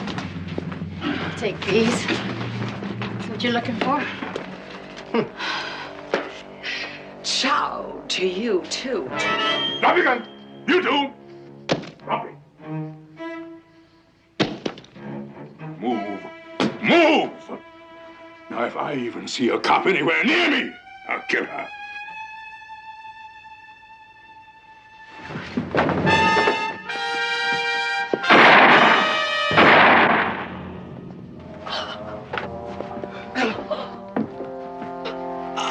PJ? Pepper! Oh. He's bought it. Oh. It's exactly like I said it was. INNOCUOUS. Two N's? Yeah. OCUOUS. Right, I got it. I think it's the right word. It says harmless, innocent. Yeah, but I don't think it's the right Hey. Hi, guys. How are you? Hey. Hello, PJ. How you doing? How you feeling? I'm fine. Here, wait a minute. Let me check. There. Oh, gotta have a hat to go with that cane. Yep. All right, how'd it go? It went great. Andy was convicted on all counts. Sensation. Well, that ought to clean up San Roble, at least for a while. Well, I sure hope so if I'm going to be living there. You're gonna be living there. Hey, it wasn't my idea. He talked me into it. Sure he did. Finally came to your senses, huh? Listen, we owe you, okay? So how about dinner tonight? You mean right now? Yeah. What do you say? I don't know. What do you say? Yeah, great. I'd love it. One stipulation. My treat. No, we're treating you. Listen, when you're in Crowley's town, Crowley pays. Now, I got the greatest French restaurant. Not Heine's again. Yeah, what's the matter with Jaime's? It's got great ambiance. If you like jug wine and paper napkins, it's got ambiance. Will you pay no attention to her?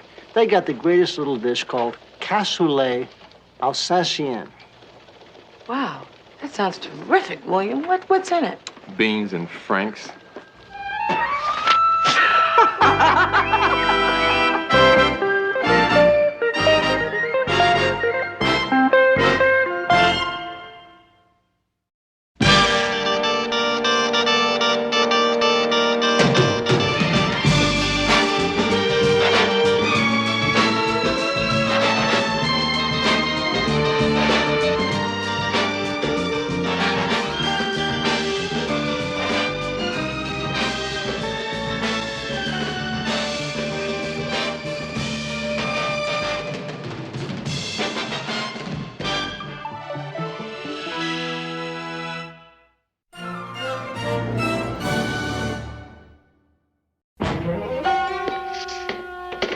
What do you got the door locked for? Hey, little cutie. You have a swell day, partner. It's been nice making your acquaintance. Beaten, raped, and asphyxiated by exhaust fumes from an automobile. She didn't quite make it to 21. Go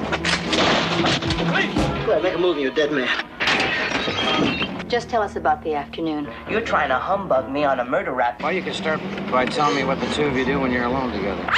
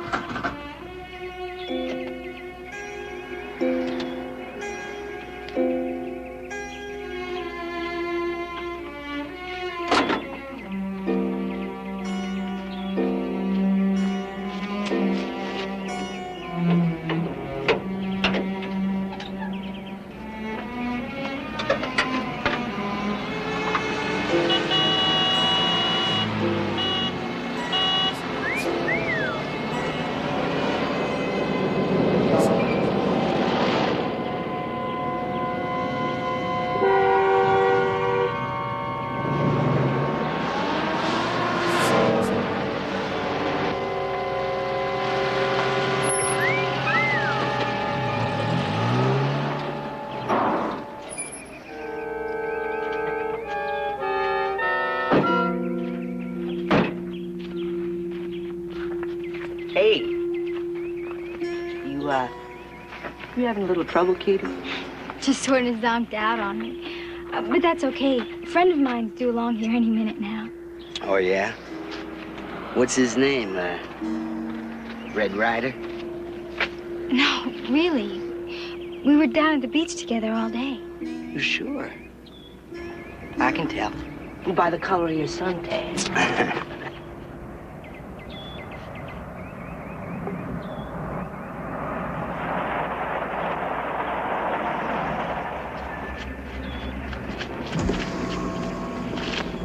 You all right? No, I need your help. Hop in.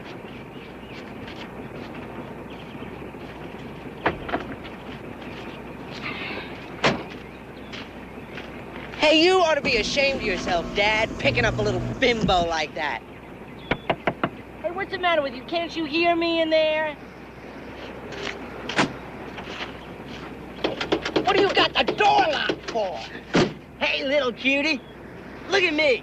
My name's Red Ryder. KSJ 8639er, Mobile 1 to any react station. You have a swell day, partner. It's been nice making your acquaintance.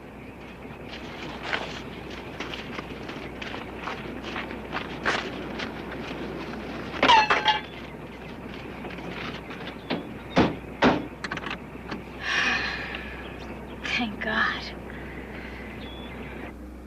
I mean it. Not one person in 100 would have stopped, let alone stood up to those guys. Well, maybe it's something personal. Just so happens I have a daughter of my own nearly your age. Jennifer. Oh, yeah? Where did she go to school? Well, she's not with me. I mean, not at the moment. She's in Europe with her mother. Oh, lucky. I was saving to go to England this summer. Instead, I bought that stupid car. Actually, her mother and I are separated.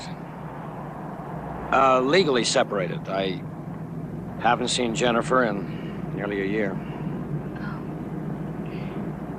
That'd kill my dad. Sun rises and sets on me as far as he's concerned.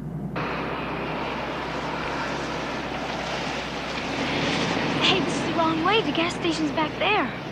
Then why are you hitchhiking? What? If your father cares about you that much, you have no right to place yourself in a position of such vulnerability. I don't know what you're talking about. Oh, I think you do.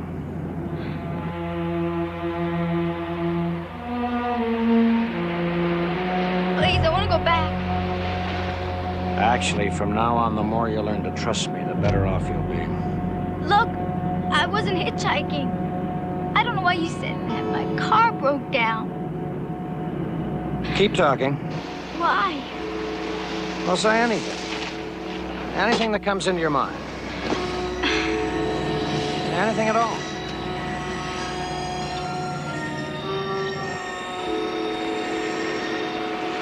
Please.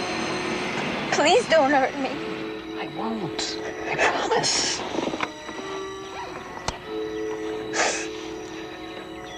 Provided you talk to me. Provided you just close your eyes and tell me everything that comes into your mind.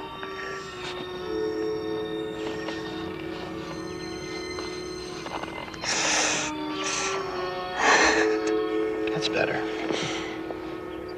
Why don't you just lean back, just lean back against the seat. You can trust me. That's good.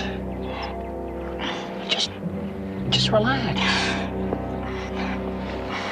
No. Keep your eyes closed. Keep them closed. That's good. That's good.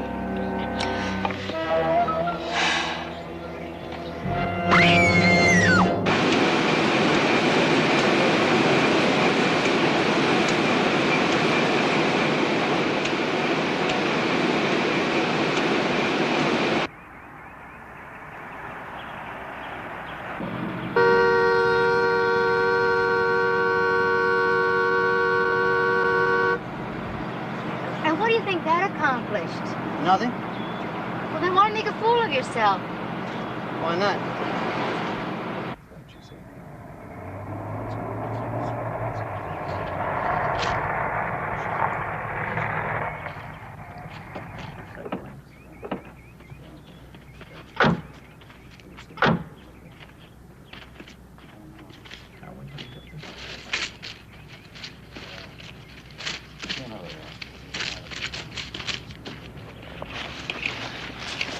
sure, Pete.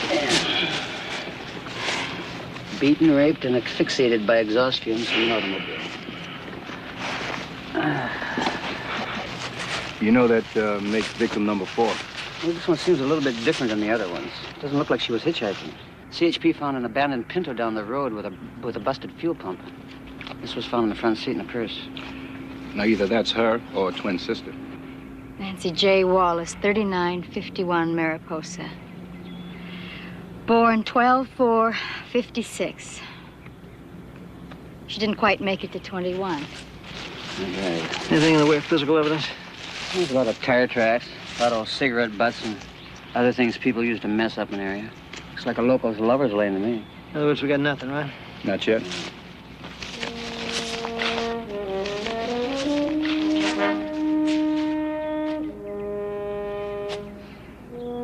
Well, you know why I blew the horn.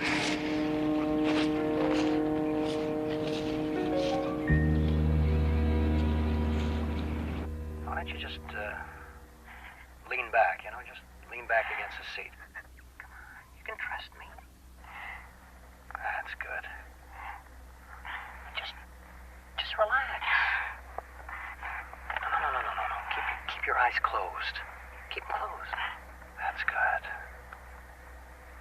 That's good.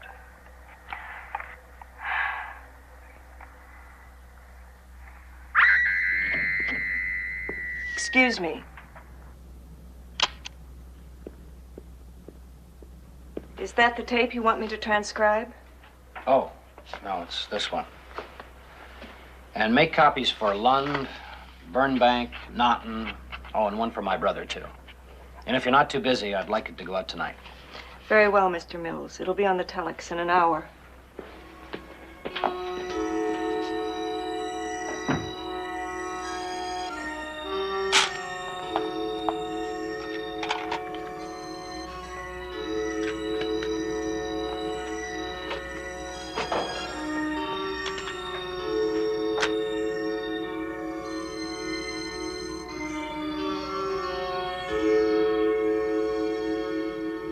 Gas chamber on 4-wheel? Come on, Juan. Now, how would you work it? What would you do? Just hook up a hose here to the exhaust pipe or what?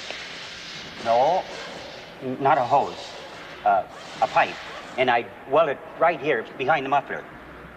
Then I'd drill the hole and put the other end right up into the trunk. Wait a minute. Wouldn't you need a valve or something to keep the fumes from leaking into the car? That's no big deal. What's your pleasure? Manual or remote control? Personally, I think it's a stupid theory. Oh, yeah? Why would he go to so much trouble when all he has to do is lock them in his garage, leave the engine running, and adios? I'm talking about a maniac, and you're asking me for a reason. You gotta take a rest, Juan. You're working too hard.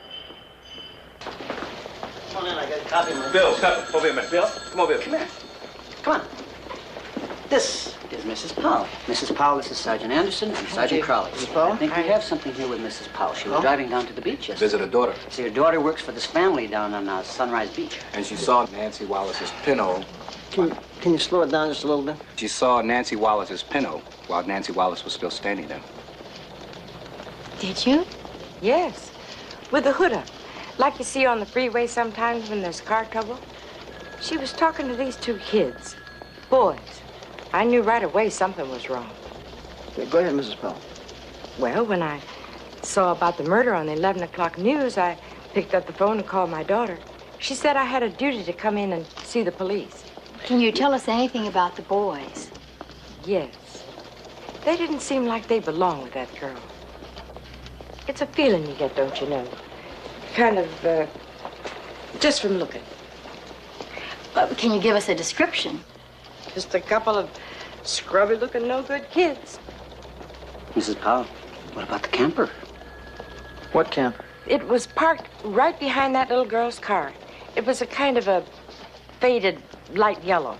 With out-of-state plates. From Arizona. You sure about the plates? Well, I know what they look like. And Mrs. Powell knows the last 3 numbers. 642. Mrs. Powell, you're beautiful.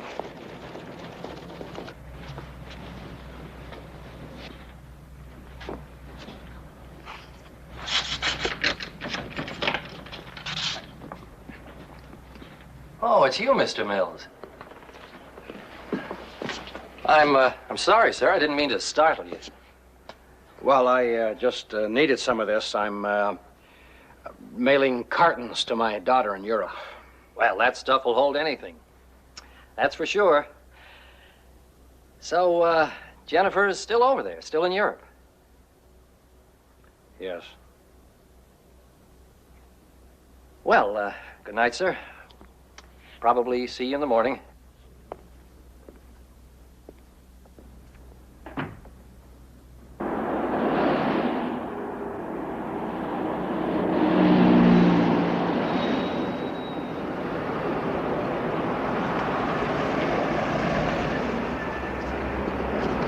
Hi, going over the hill? Yeah, here, get in.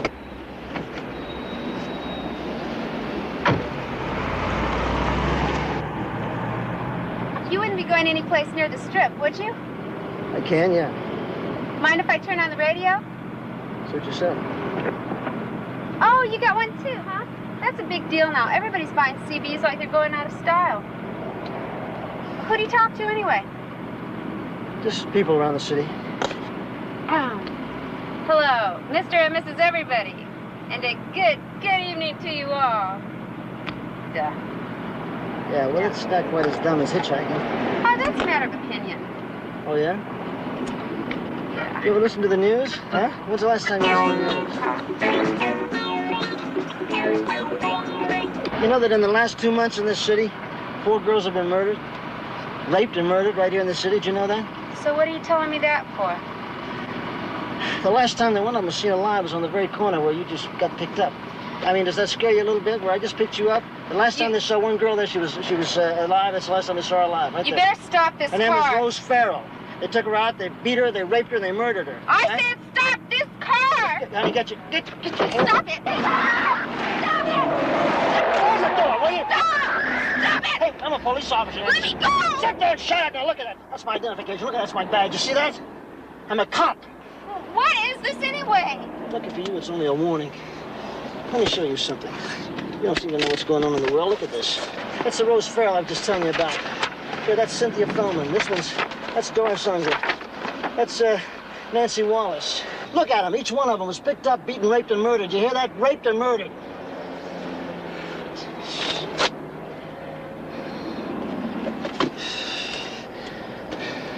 Oh, look, I didn't mean to come on so strong with you. Just that... I saw you standing back on that corner. I just hate to see the same thing happen to you. You understand what I'm saying? I'm sorry. Okay? How are you, for your sake? When you got someplace to go, why don't you take the bus?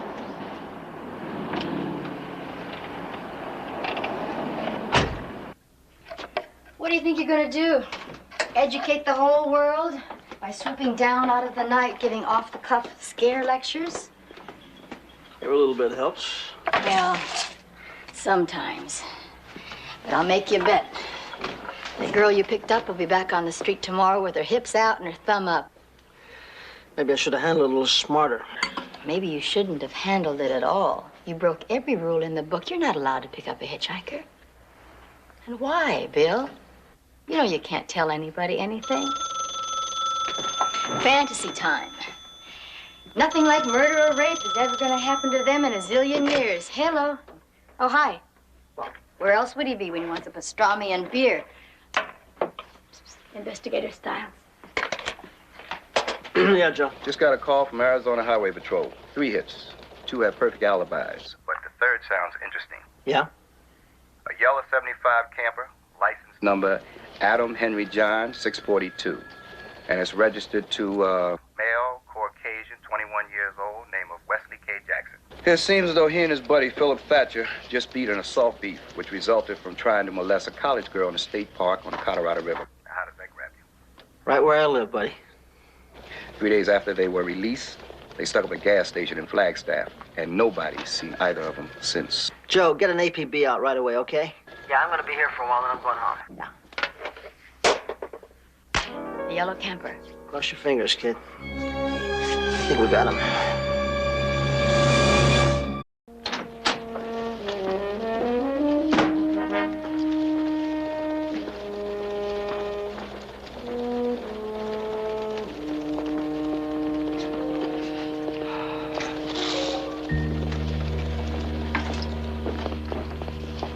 good morning, Bill.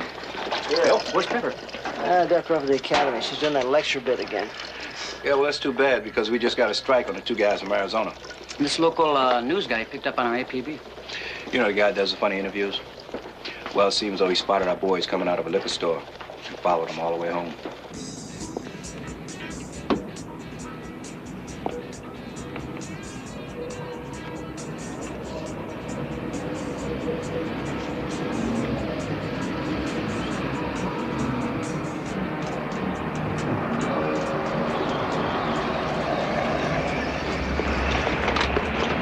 Hi, I'm David Fish. Yeah, Sergeant Crowley. Thanks for the tip. Oh, don't thank me, Sarge. This is going to be tonight's feature story. Where are they now? In there. Kind of fits the way they look. Are they alone? They were alone when they went in. I don't know if anyone else is inside. In any case, they're probably all smashed out of their minds. They were carrying enough beer to sink a ship. Pete, you take them back. Listen, Sarge, I've got a cameraman on the way. You can wait a couple of minutes, could you?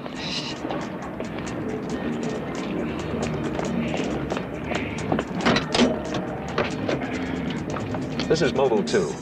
We're the Devil's Colonies.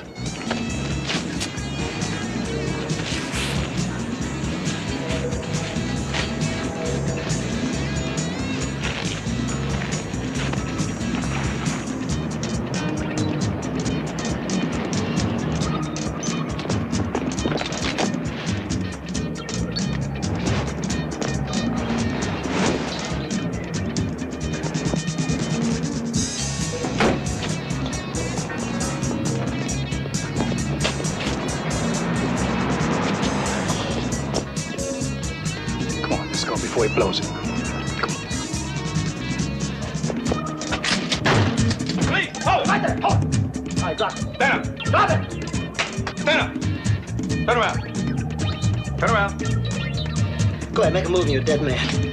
Now spread him on the wall. Spread him! Let's go.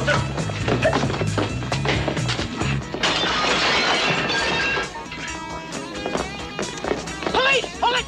Kid, get out of the way! Get out of the way, kid! Get away there, kid! Get away! Get a girl! Hold it by his back! Get away! All right, let her go. I'm telling you, let her go. Yeah, come on! Let her go!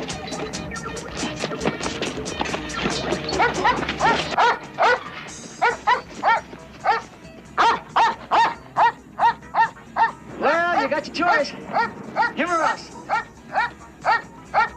Turn around.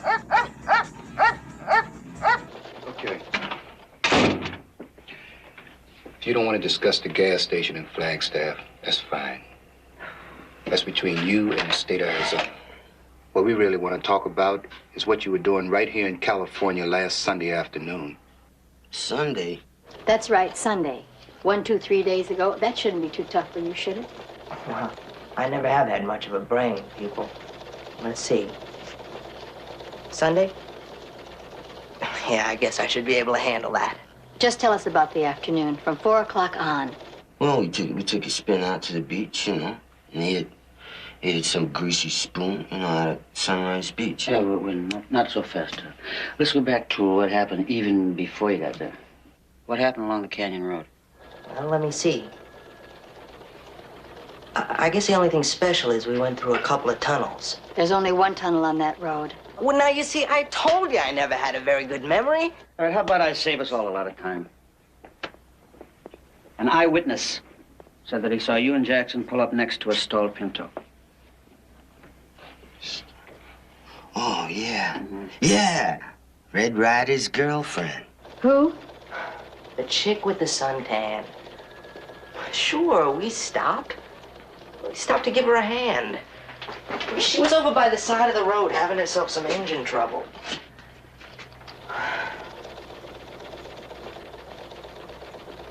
Hey, wait a minute. Did she file a complaint against us or something? That girl in the Pinto, Thatcher, is dead, dead. You understand that? She was raped and murdered 30 minutes after you were seen talking to her. I know what you're doing. You're trying to humbug me on a murder rap because I'm a poor boy from out of state. Well, if I ever talk to you again, it won't be alone. I'm gonna get myself a lawyer who's smart enough to shove you right back on your ear. Larry, you want to escort this little gentleman back to his suite? Make sure he's afforded all of his constitutional privileges.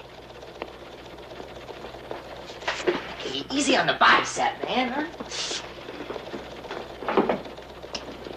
Hey, I gotta get back to the academy. I'm late for my 2 o'clock. You're becoming a permanent fixture over there, aren't you? Just till Friday. Call me if anything breaks, okay? Oh, you can count on it.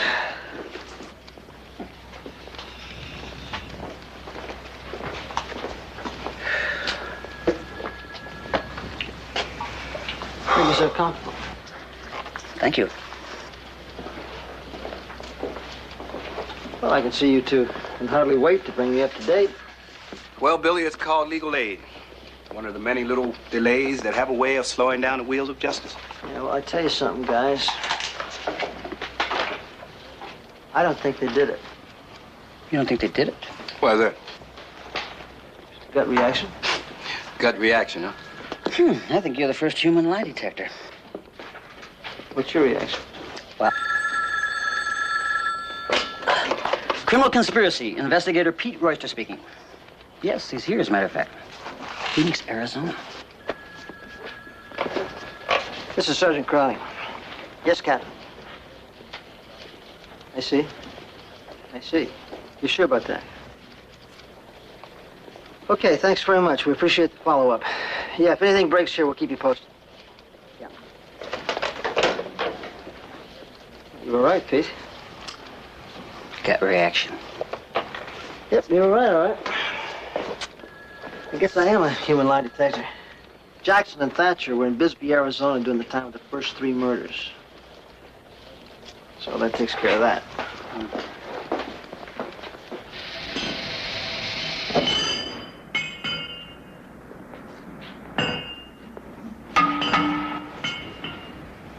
What's the verdict? He could use a new muffler, but nobody's messed around with any pipes in the ear. Well, that means A, they got an alibi. And B, we got not one shred of physical evidence. Hell, I never bought that routine about the trunk anyway. Yeah, I got that impression. Hey, Bill. Mr. Wesley Jackson requests your presence in his private room.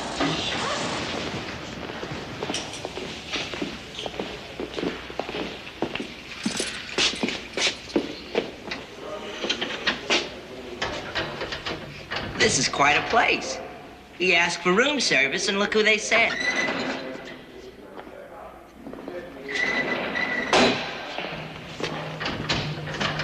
All right, what do you got? Listen, I've been thinking. Suppose I was to do you a favor here in California. Maybe you could help me out when I get back home? Quid pro quo, as they say. You got something valid. I'll see what I can do. Well, how's this sound? I think I know who killed that girl. Who? Me and Thatcher was talking to her. We were just kidding around.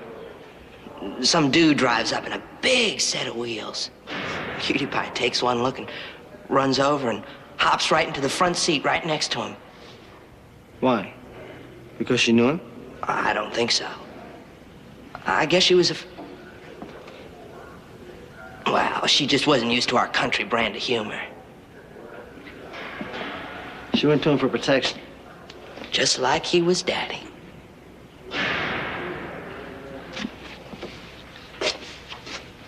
Can you remember what he looked like?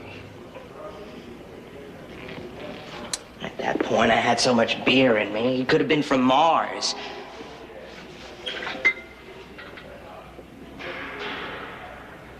But I do remember that car. Well, I'll bet you there aren't more than a dozen of them in this whole city.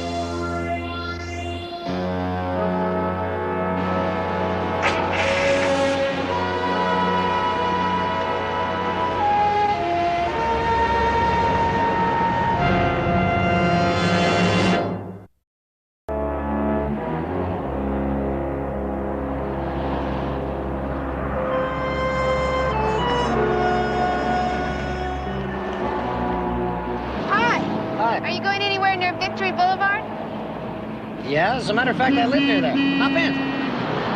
Grace, I want to ride. Come on. Oh, thanks anyway. My friends just drove up. All right, how you doing?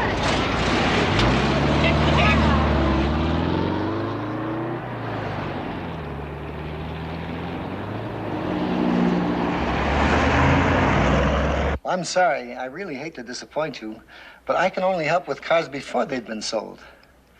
Now, if that's what you're looking for, why, it'll be duck soup to make a computer run. In 5 minutes, I could locate any type of Lincoln, any color combination, and tell you exactly what agency to call. But once it's gone out of somebody's lot, we don't keep track.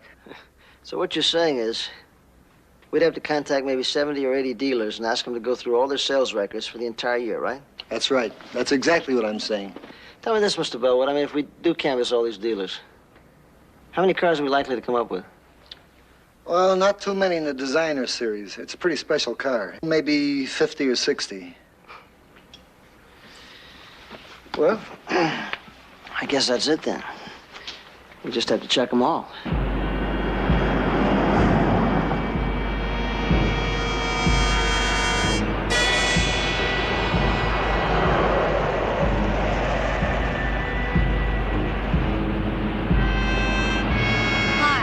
I'm going as far as see me, if that's any help.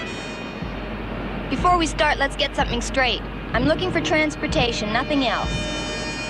Young lady, I have a daughter who could be your older sister. If she heard you ask me that question, she'd laugh right in my face. Yeah, okay.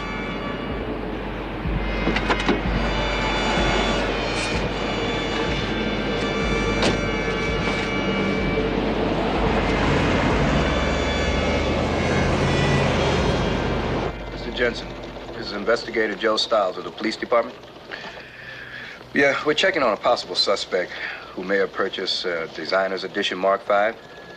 We'd appreciate if you check your records and give us the names and addresses of everyone in that category. Przewalski? Przewalski? Okay. Would you please spell that, sir, and very slowly? 3216 Oak Shore Drive. Where's that, ma'am? In the valley? You just tell me how I can show you ID over the telephone. Crowley, Sergeant William Crowley. I tell you what, Mr. Meredith, I think we could solve this in about 5 seconds. Now, I'm going to hang up. You just call information and ask for the Criminal Conspiracy Division of the Police Department. That's right. Then you ask for Sergeant William Crowley.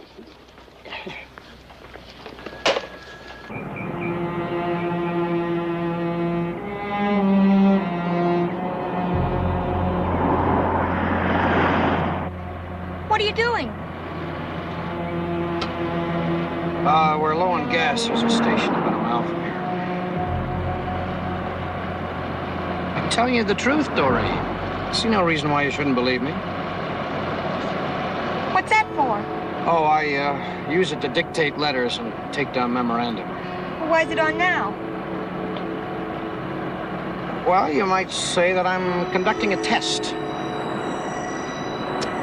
So why don't you tell me about that young man you're going to visit in Ventura? I'm just talking on an ordinary voice so we can see how well it records in a moving car. His name's Brad.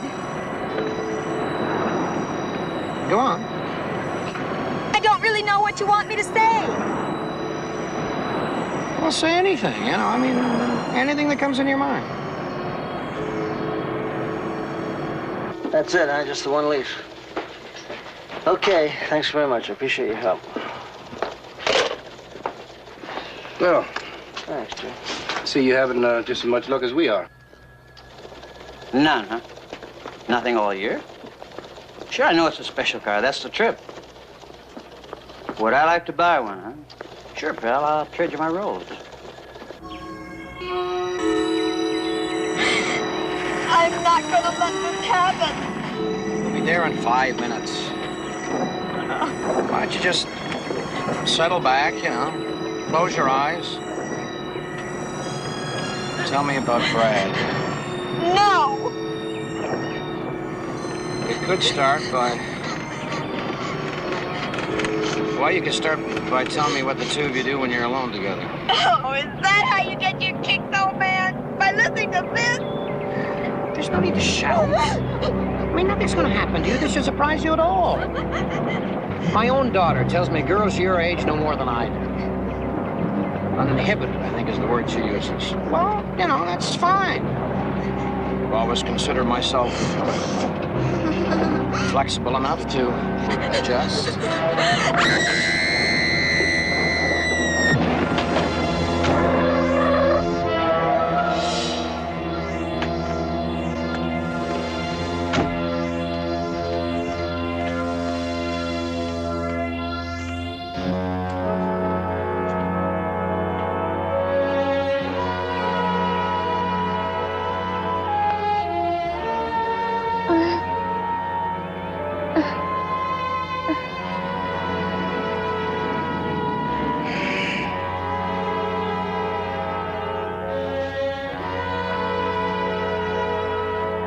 Recorder. I lost it. My recorder's down there in the water.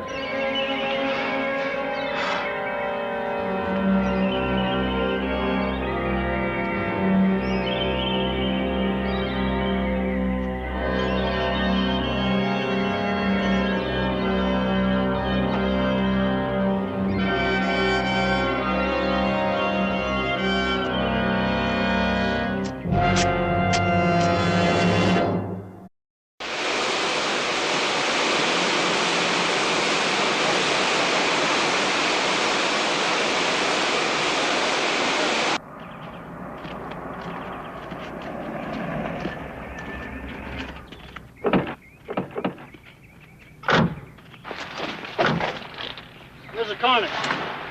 It's coming up. Who found it? They did. They came up to pick wildflowers. The old man threw a stone in the water, and that's when he found her. Hey, Ben?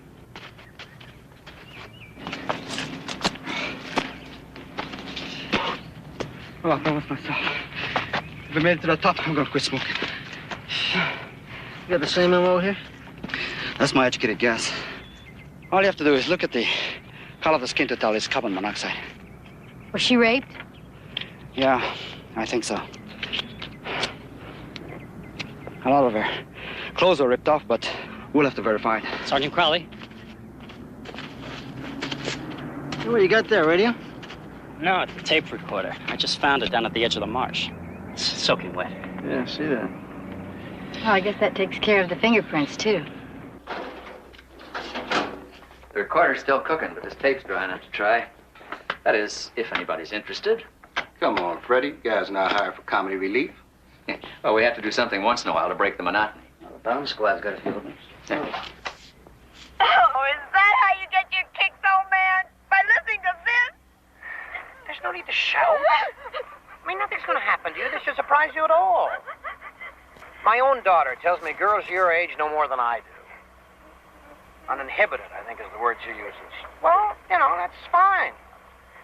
I've always considered myself flexible enough to adjust.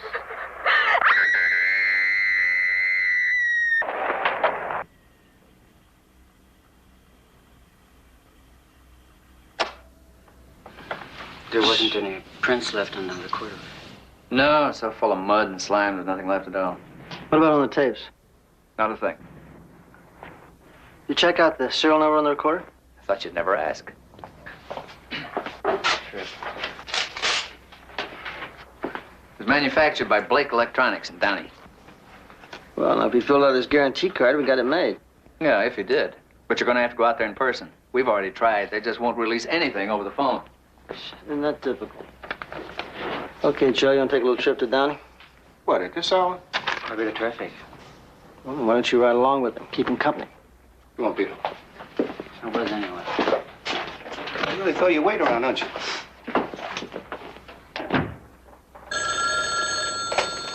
Crowley. Hi, Bill. This is Pete. Well, it was registered all right, but along with 7 others. It's part of a group purchase made by the Mills Chemical Corporation. Mills Chemical? You sure about that? Sure. 211 North Jellicoe. I know the head of security out there. The guy used to work robbery out of Rhinebeck. So what is your pleasure? Get out there. Ask for a guy named Leon Fowler. All right, it's bumper to bumper, so it'll take a bit. Pete, do the best you can, will you? As always.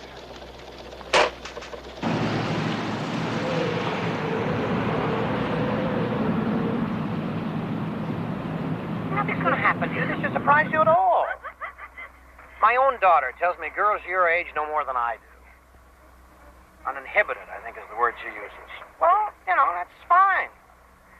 I've always considered myself flexible enough to adjust.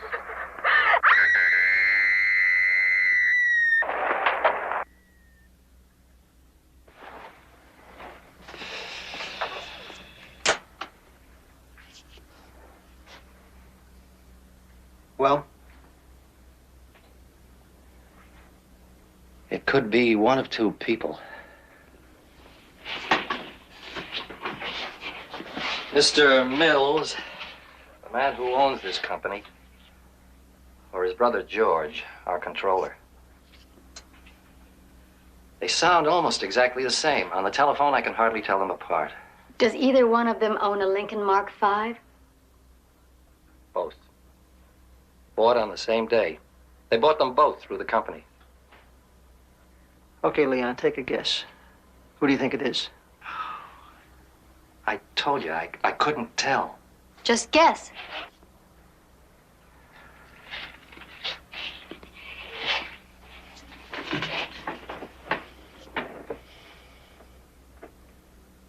George. Certain words, the way he says his R. I'd like to see his car. I think I saw him leave. Want to check to make sure?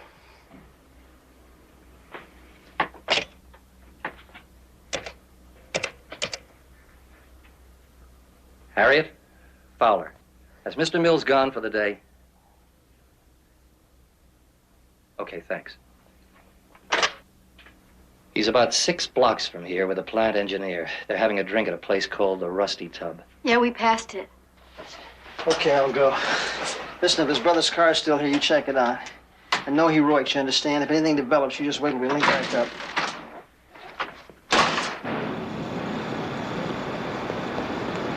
Save yourself about 10 minutes if you take the shortcut.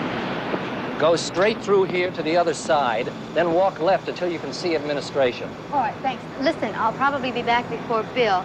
If Pete and Joe get here, fill them in and hold them right here, all right? Thank you.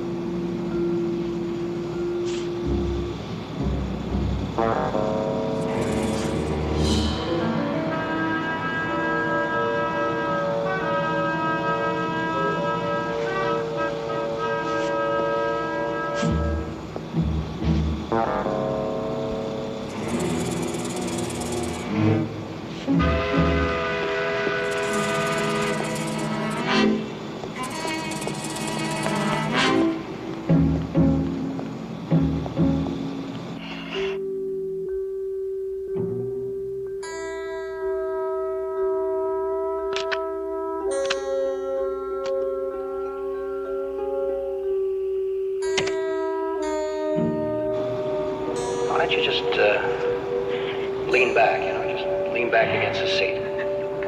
You can trust me. That's good. Just relax. No. Keep your eyes closed. Keep them closed. That's good. That's good.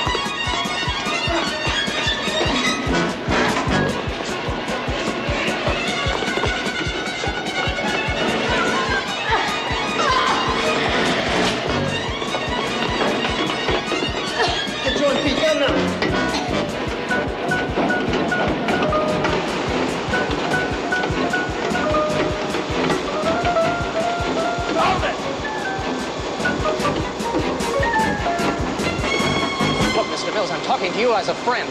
As a man who's known you for 10 years. The answer is no. The only way I'm going is that way. Now, listen to me, Mr. Mills. I'm coming up now, and I'm going to take you down. No, Leon.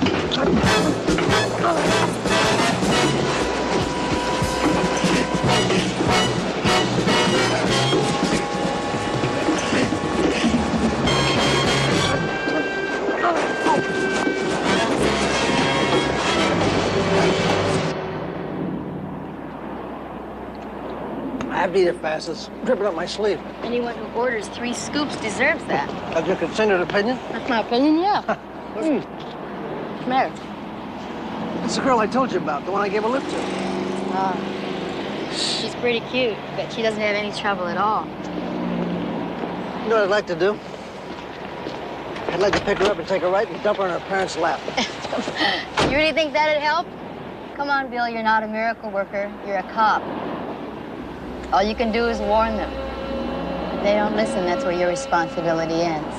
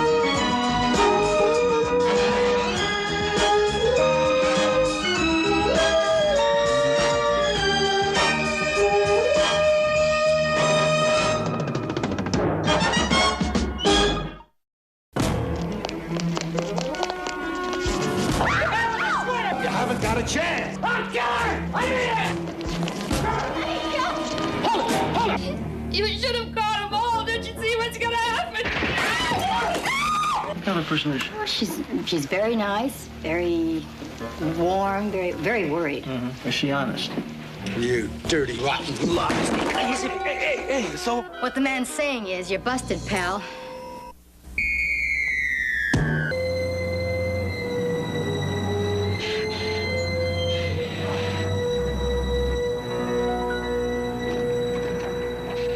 Now you tell me, how can one man do in another man with an object such as this, in plain view of 4 witnesses, and then come up with 5 dozen technical motions to delay the trial 3 weeks already? The wheels of justice grind. Slowly. Yeah, so slowly we can hardly see him turn anymore. I think maybe Pepper has something going with that hotshot prosecutor down there. Sergeant Crowley, how could you? You know, instead of spending every day, all day in court, we could use you on a couple of cases around here. So would you ask that guy to get a move on? I mean, maybe you could set a firecracker under his tail or something. I could use this. Well, you could try. Certainly move me. Thanks, Joe. Criminal conspiracy styles. Listen very carefully, please. Sometime this morning, there's going to be a robbery at the Ashford building. Hello? Kathleen? Everything all right? Oh, yeah. Hello? What was that all about? No, a female voice said there was going to be a robbery at the Ashford building this morning. The Ashford building? Yeah. Joe, that's 18 stories. Couldn't you narrow it down a little bit? A lady hung up in the middle of a story. It's like something made her change her mind. It could be a prank. I don't know. Maybe I'd better give security a call. Yeah, go ahead. Also ask them to pull a list of their tenants. Huh? The operator? How many good robbery targets would there be in that building? One building that size, business hours population around 4,000. Captain DiMaggio. Police? Yes, sir. A robbery. When? It's just a precaution. Should be more than 5 minutes before we're there. All right, we can do that. Okay. I think I just shook up a couple of security guards. Well, that may be a crank call, but we can't afford to ignore it.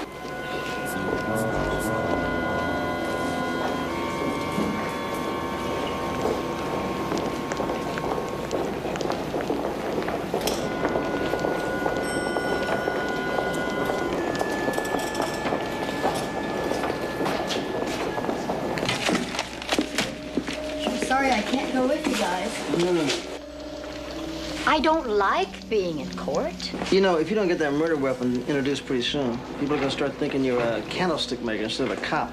Would you believe I've had 2 offers already? Yeah, for what? Not to play the piano. I think I cut your act in Tijuana.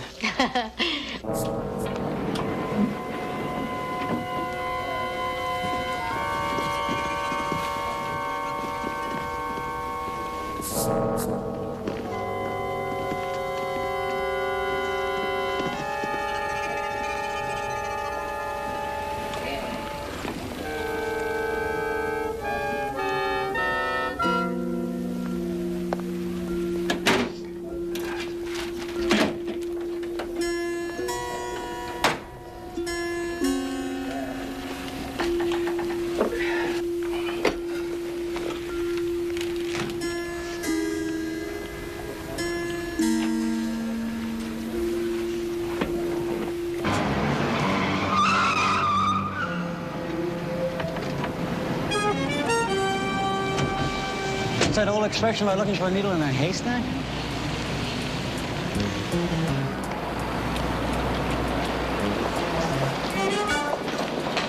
I'm Sergeant Crowley. Captain DiMaggio.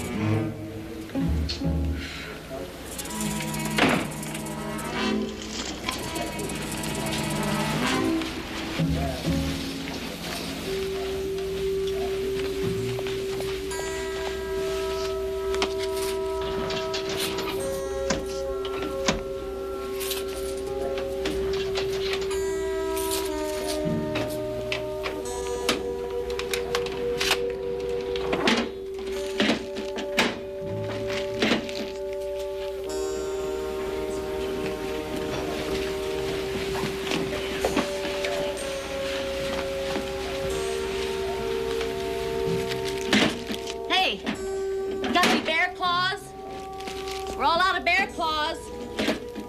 And Danish.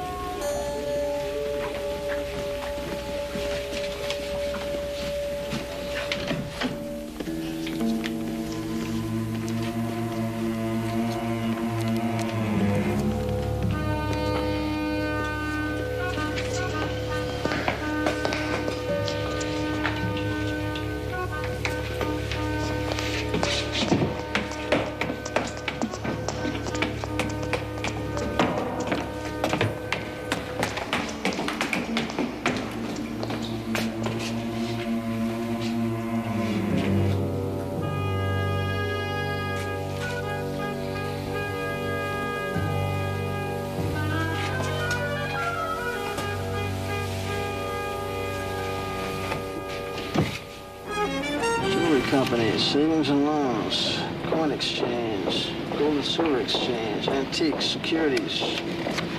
Well, take your pick, huh? How can we help, Sergeant? Well, for openers, in case a robbery does go down, you should have a game plan. You got a blueprint of this building? Yes, sir. We keep this here in case of fire.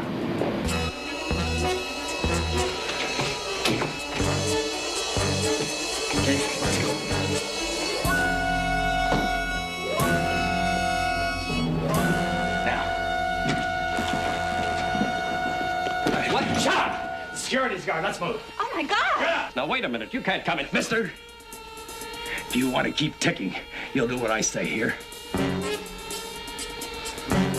Here! This way. Come on, you two.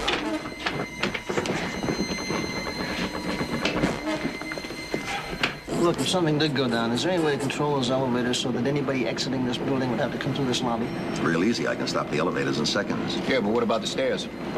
Well, you can get into the stairwells, but the doors are locked on the inside. Now, once inside, a person would have to walk all the way down.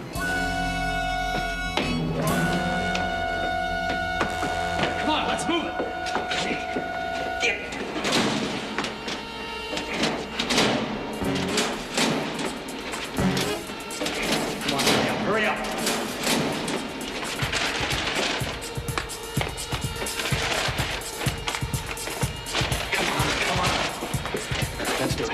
Here, watch it.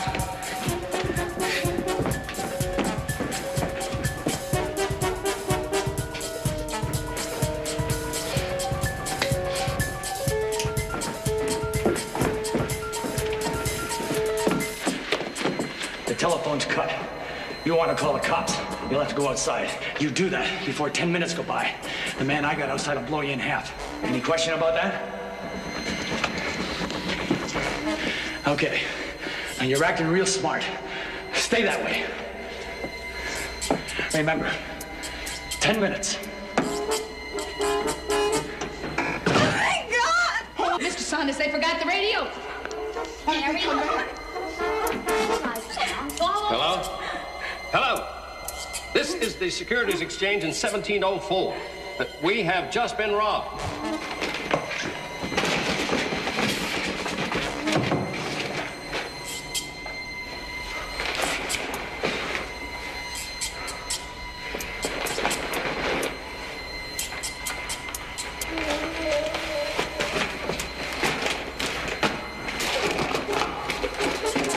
Give it to me.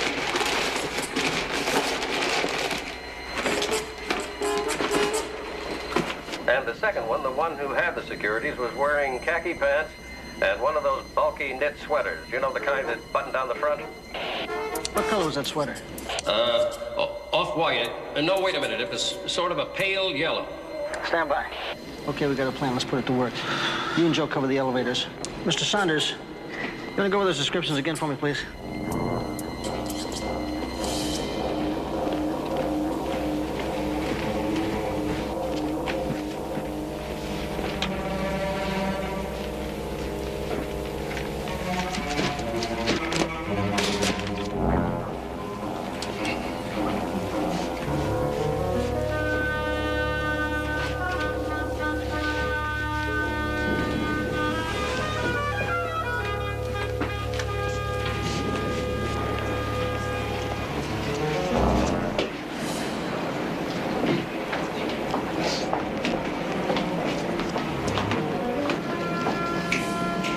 You with the sweater, I want to talk with you, please. Hey, Bill! The guy with the sweater! The guy with the sweater! Give it up, you haven't got a chance. Stay back! Honest, stay back, I'll kill him! I mean it!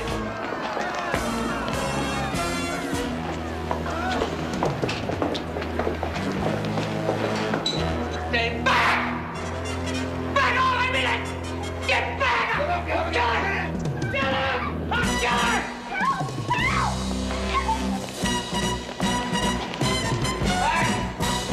I mean it! All right, hold it!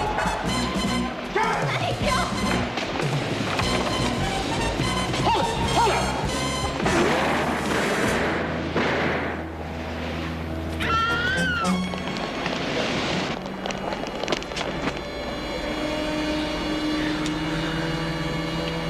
Okay, Pete, take care of the girl, will you? Joe, seal off the building. Nobody gets out till they're personally eyeballed by one of us.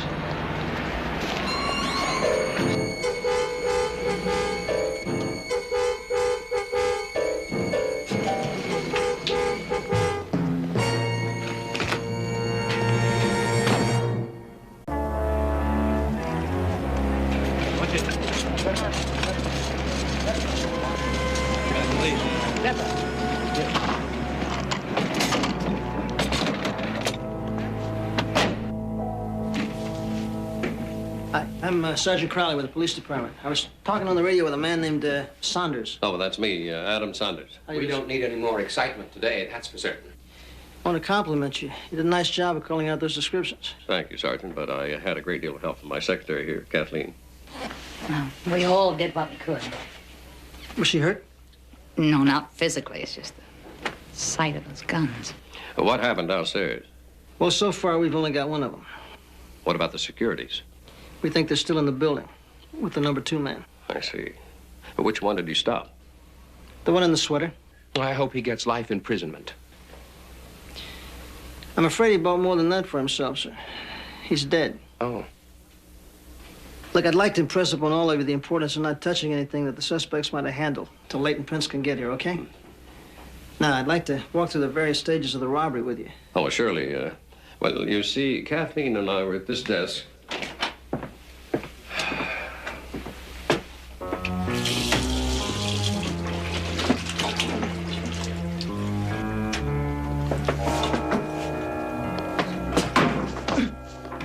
Has anybody touched these files since the robbery? Well, not that I know of, Sergeant. And they were picking and choosing? Certainly looked that way.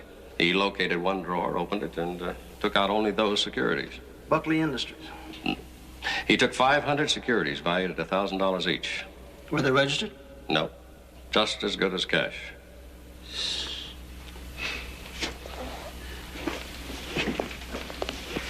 Real professionals, weren't they? That's possible, yeah. Possible? They knew exactly what they wanted, and they took it. Then they disabled our entire telephone system for their getaway. Where's that? Over here, Sergeant.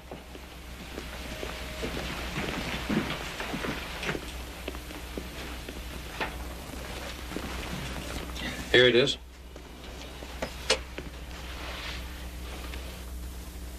Who showed them where this was located? No one. They seem to know right where it was. Well, they did, huh? As you can see, we couldn't have gotten any help up here without our security radio. They knocked out your telephone, yet they leave this radio, huh? Bad planning on their part, I'd say. Either that or just lucky they didn't see that radio. Was this right here all the time? No, I brought it out of the vault. It was in the vault? Yes. The radio was in the vault in plain sight, and they don't touch it. Yet your telephone wire box is so far out of the way, you got to go out on safari to find it. Just doesn't figure. Who knows the criminal mind, Sergeant? Yeah. Okay. After they got the securities, then what? What did you say the population of this building was? 4,000. Ain't that grand?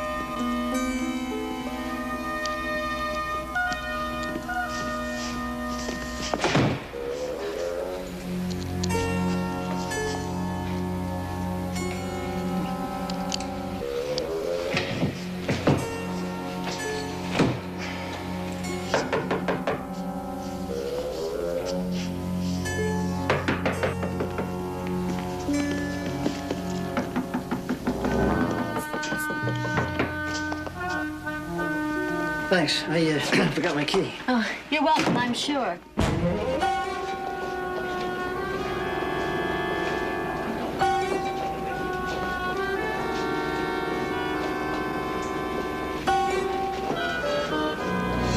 I want somebody to get over to the coroner's office. Get everything out of his pockets. Yeah. Thanks. Yeah, I got the death report. It's 04826. You got it? Okay. We've identified the dead man. His name is Travis, Nick Travis. Does that name ring a bell with either one of you? Should it? That's just one of those questions I have to ask, Mr. Saunders. Well, I guess that pretty well wraps it up here for me. I'll be in... Oh, I would like a list of all your employees, and I don't mean just the ones here now, but anybody who might have left for any reason, say, in the past 5 years, okay? Certainly, but I have no reason to suspect... It's just routine, Mr. Saunders. I'm one of those guys that like to touch all bases. Sergeant. Yeah. This is for you. Oh, thanks. Yeah, problem. Bad news, Bill. Number 2 made it out here playing like an attorney by the name of Jones. Yeah, right.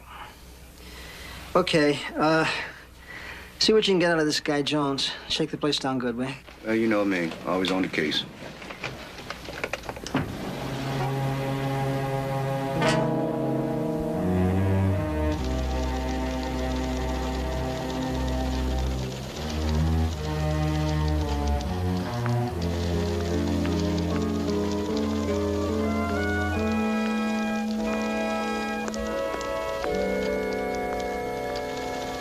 This a new game in town? You haven't got that thing introduced into evidence yet? Nope, not yet. Comes in handy, though, walking in the dark from the courthouse to here.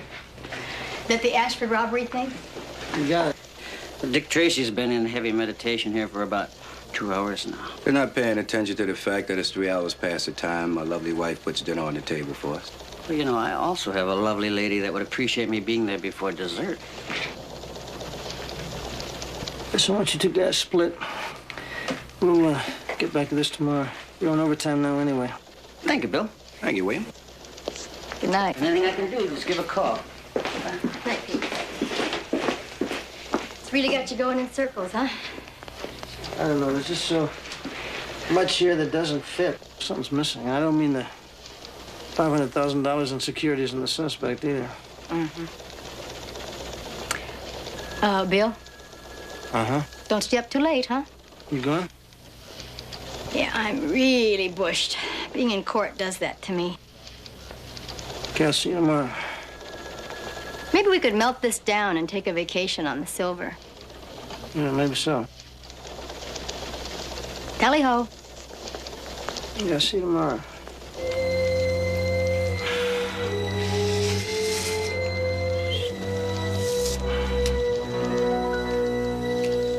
Sergeant Crowley? Yeah.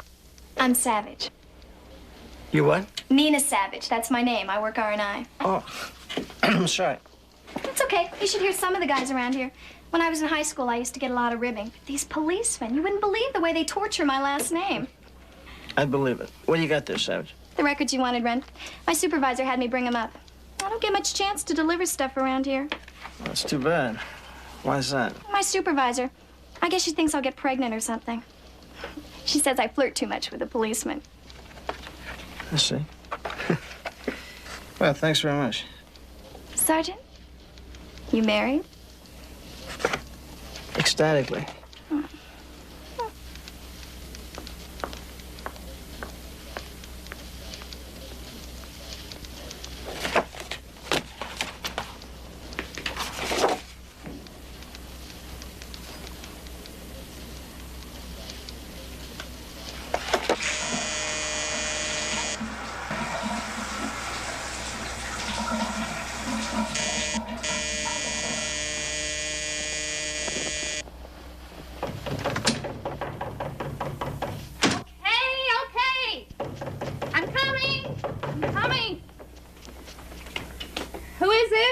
Sergeant Crowley.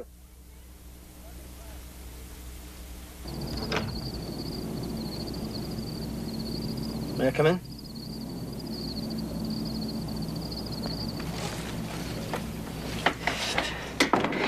I suppose I've been expecting you. So, I've got a record. Yeah, for grand theft. That was more than 5 years ago. Maybe I better read you your rights before we go any further. I know my rights. There's no need. Why don't you get dressed and then we'll talk, okay?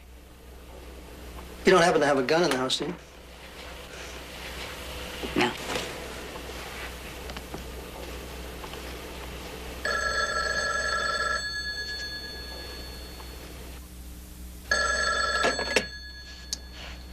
Hello?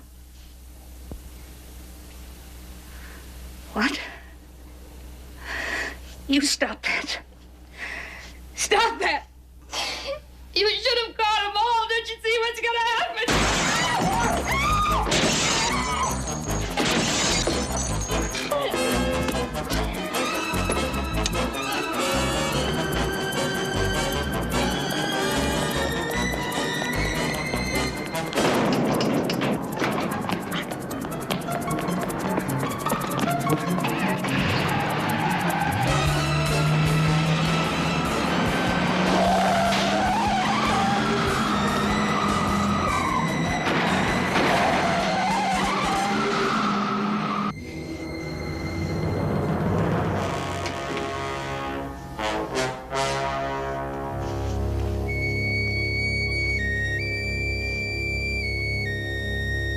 It's okay, Kathleen.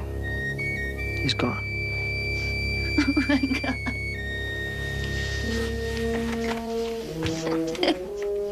Help me. Please help me.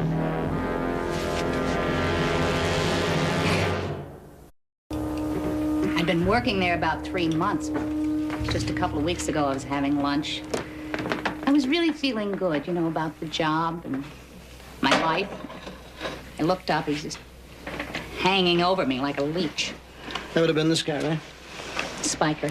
Yeah. Yeah, and the other one, Travis, he was outside the restaurant. Would you like some coffee? Thank you. Go on. Well, they'd already found out where I worked. They'd planned the job. They thought I was going to help them, but I wouldn't do it. You knew about it before it went down. Yeah, but don't you understand? I didn't know what to do. I mean, Spiker had me scared to death. I figured if Mr. Saunders found out about my background, I'd lose my job. I didn't know what to do. So I'm the one who called the police. I called about the time I thought they'd be in the building. Why didn't you identify yourself? Mr. Saunders walked in right in the middle of the call. But I did what I could. But you did do something. Look, we got the call and we got it before the robbery, but as far as you doing what you could, Kathleen, no, you did what was safest for you at the time. Well, what do you want from me? It's just that I think you could have done more. I think you should have done more. I think she knows that now, too, Bill. Thank you. No, don't thank me. You thank him. He's the one who brought you here to help you. Yeah, well, I'm gonna nail this guy. I better get it in gear. Remember you dropped Kathleen off at the office in the morning, right? Mm-hmm. Bright and early, before court. Okay, good. Sergeant Crowley. Yeah. Thank you for understanding. You're welcome. See you tomorrow. Have fun in court. Good night. Is the coffee all right? Or would you like a stiff drink? After this day, what do you think? Come on. Got to the Ashford building this morning when it opened. Show these around. Yeah? So what'd you come up with? I came up dry. Just the personality here scored in the coffee shop. Yeah. I'll probably make Commander for this. Good morning. Good morning, Commander. Good morning. Pete and Joe were at the Ashford building early this morning when they opened up showing his mug shots around. What do you got, Pete? Well, both of them spent at least 20 minutes at separate tables drinking coffee yesterday before the robbery. I have 2 eyewitnesses. So that leaves them on the 16th floor coffee shop. 20 minutes, 1 floor down, drinking coffee. Why would they do that? Kathleen, you got an idea why they do that? Kill time, I guess. Yeah, but I mean, why? I mean, for what purpose?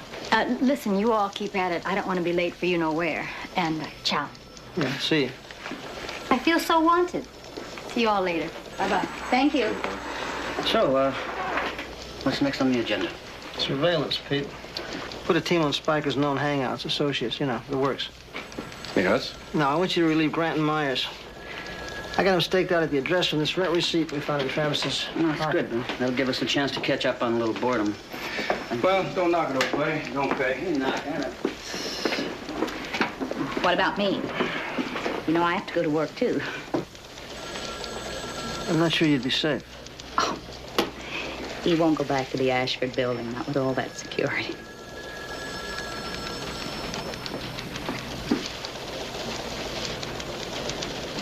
Maybe I better take you back.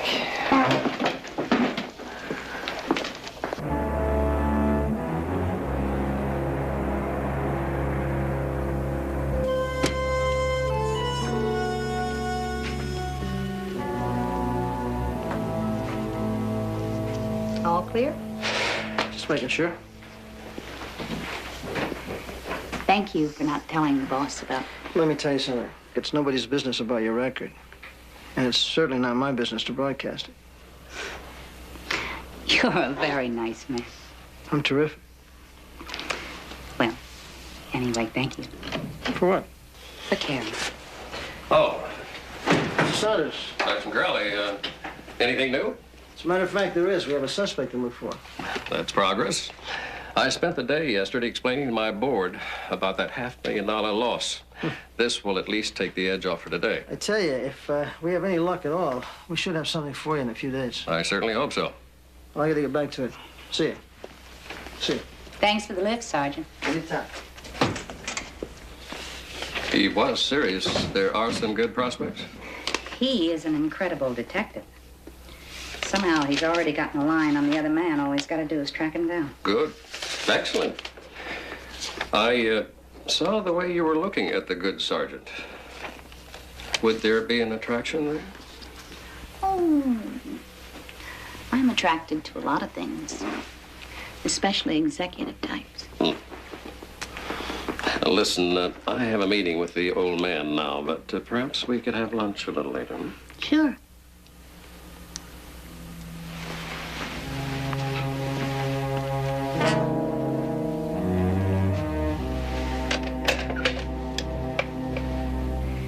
Janny, could you take my calls for me? I have to run an errand. Thank you.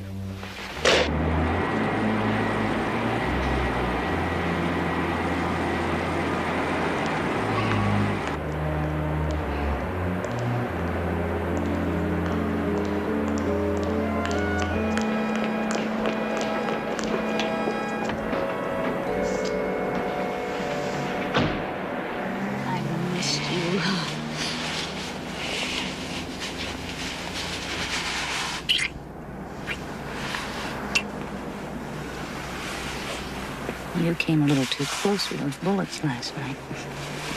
I wouldn't hurt you for anything in the world. I love you, Kathleen. I saw some cops at the apartment not more than 15 minutes ago. Yeah, they found a rent receipt on Travis. Damn it. Here goes the mail drop. Everything's gone wrong. The damn heist, losing Travis, everything. Not everything. There's still us, Al. There's us. And I love you. I just love you. And I've got another idea for us. But first, just hold me. Just keep on holding me. It's gonna be us, Al, huh? Just you and me. The jury's out.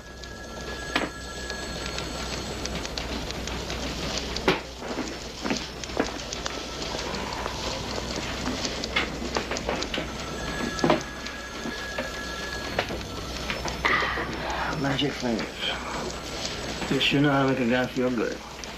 How come you only say sweet somethings when you're getting your back rubbed?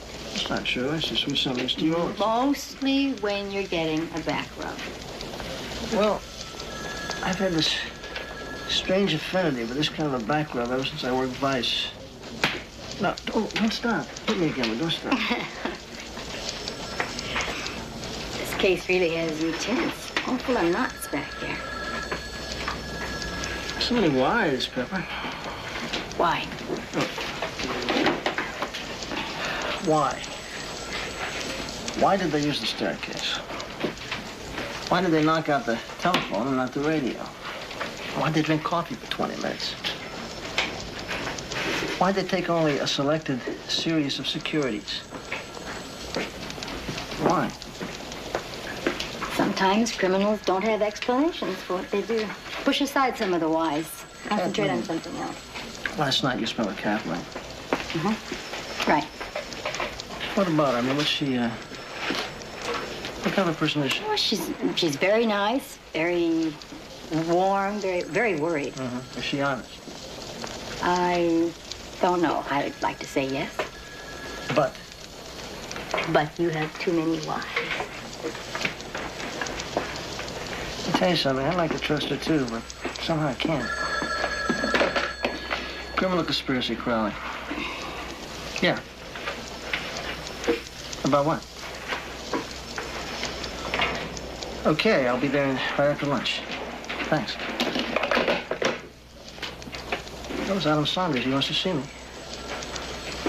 He seems to have some concerns about our girl, too.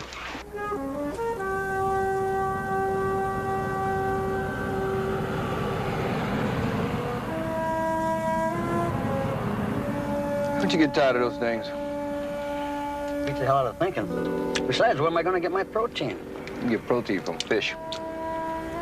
Pretty hard to fry on a steak out. 12Y52, come in. 12Y52, go ahead. You have relief rolling in. Meet me at 4th and Gramercy. That's the Roger.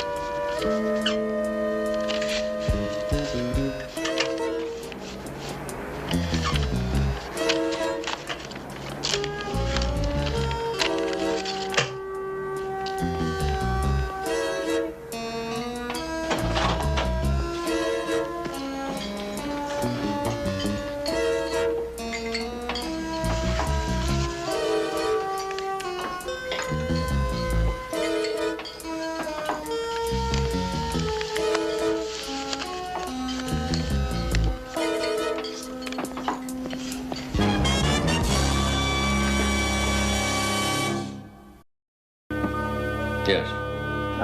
Okay.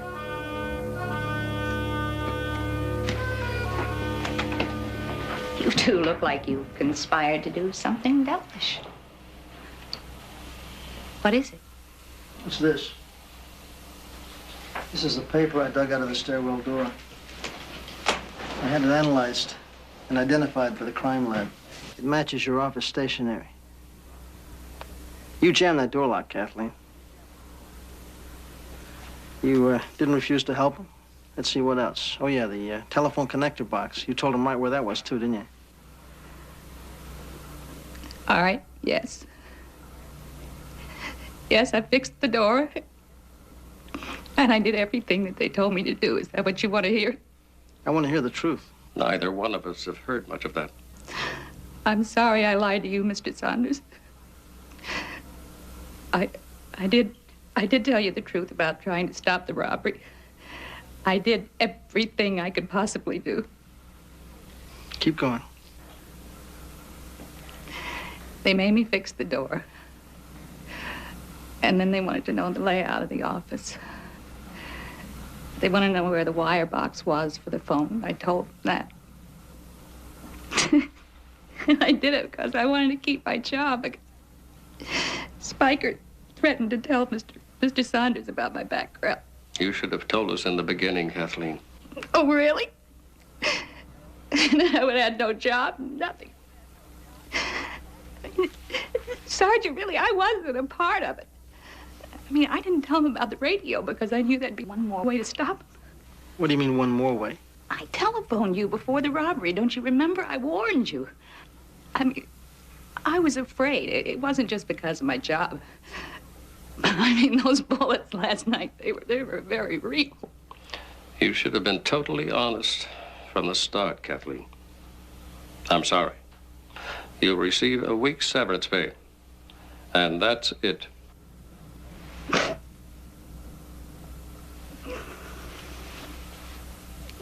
What am I going to do? You can cooperate with us fully, Kathleen. Am I going to go to jail? It's up to the DA. With the threats and your fear of Spiker, I don't know. No, I think in the long run you won't go to jail, but that's a decision you can help along. How? By helping me. By telling me everything you know and don't hold anything back.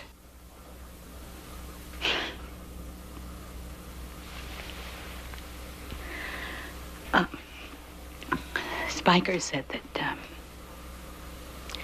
they get the securities out of the building through the mail. The mail? The mail cart?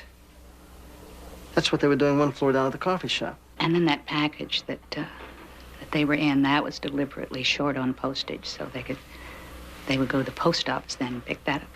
And then what? Spiker said they would pick up the mail, and then they would go to the warehouse and wait for the Ming to leave. What's the Ming? It's a freighter. Thing is going to Hong Kong. I'll check. Oh, there it is. Dijon, Ming, Dr. Pier 40. It was at 6:30. That gives me half an hour. Look, let me go with you. Spiker will be in a disguise, but I can spot him. Please. Call my office. Tell them where I've gone and tell them to meet me at Pier 40. Right away. Let's go.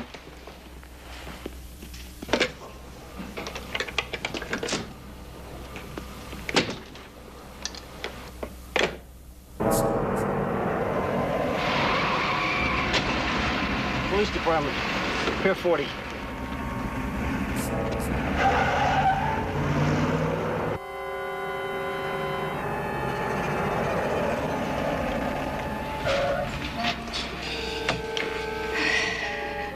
Scared. You just stay put. Bill, I'm sorry. I guess I just wasn't strong enough to stand on my own 2 feet from the beginning. Look, everybody needs a little help now and then.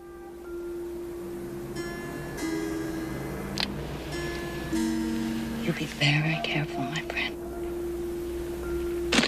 You stay put.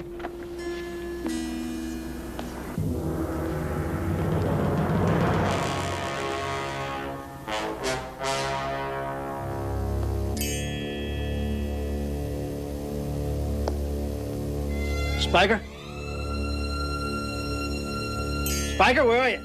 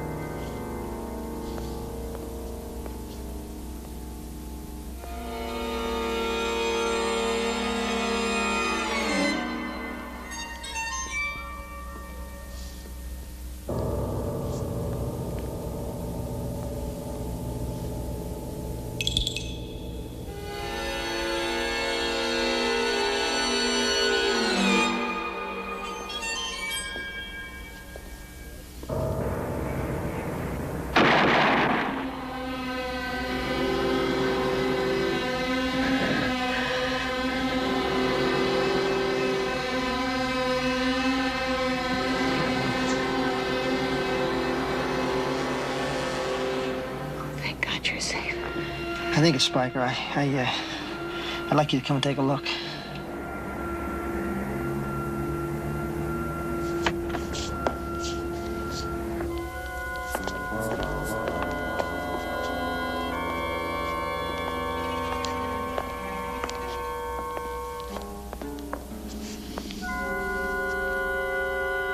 That's him. He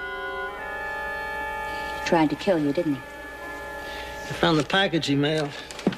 All the stolen securities. You did just fine, Sergeant Crowley. What is it? That great cop's brain just can't quite sort it out yet, can you? Didn't really matter which one of you were killed. I'd just take care of the other one. Your bullet killed Spiker, and now I'll use his gun on you. It's simple.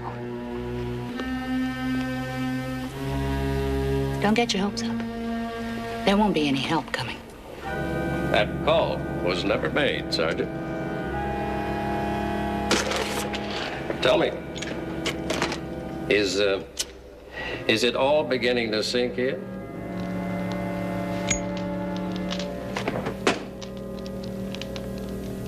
Now it's beginning to sink in, sure.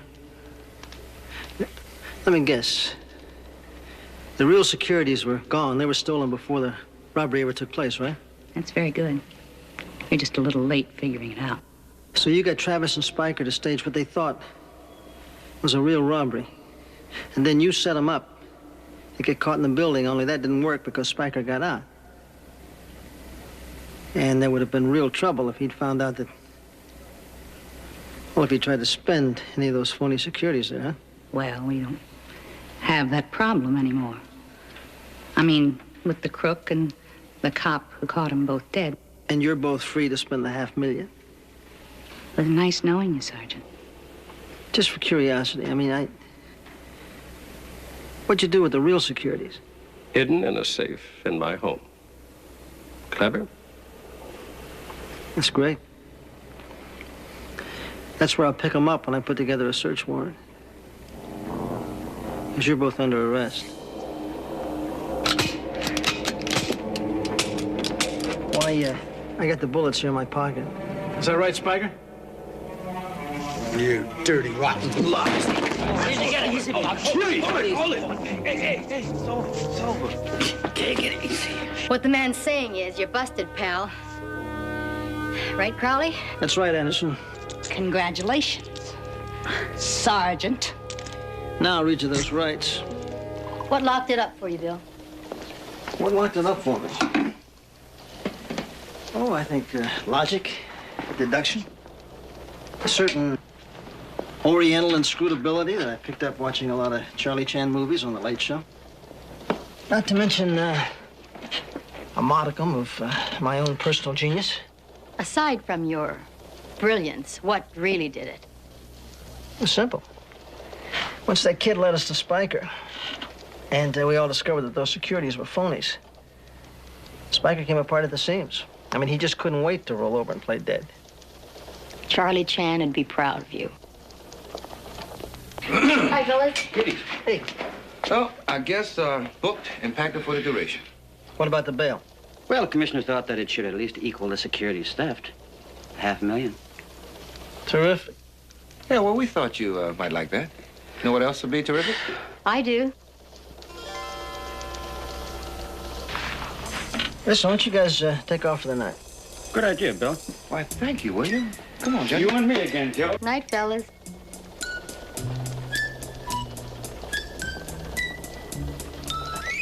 I think these reports can wait till morning. But can you?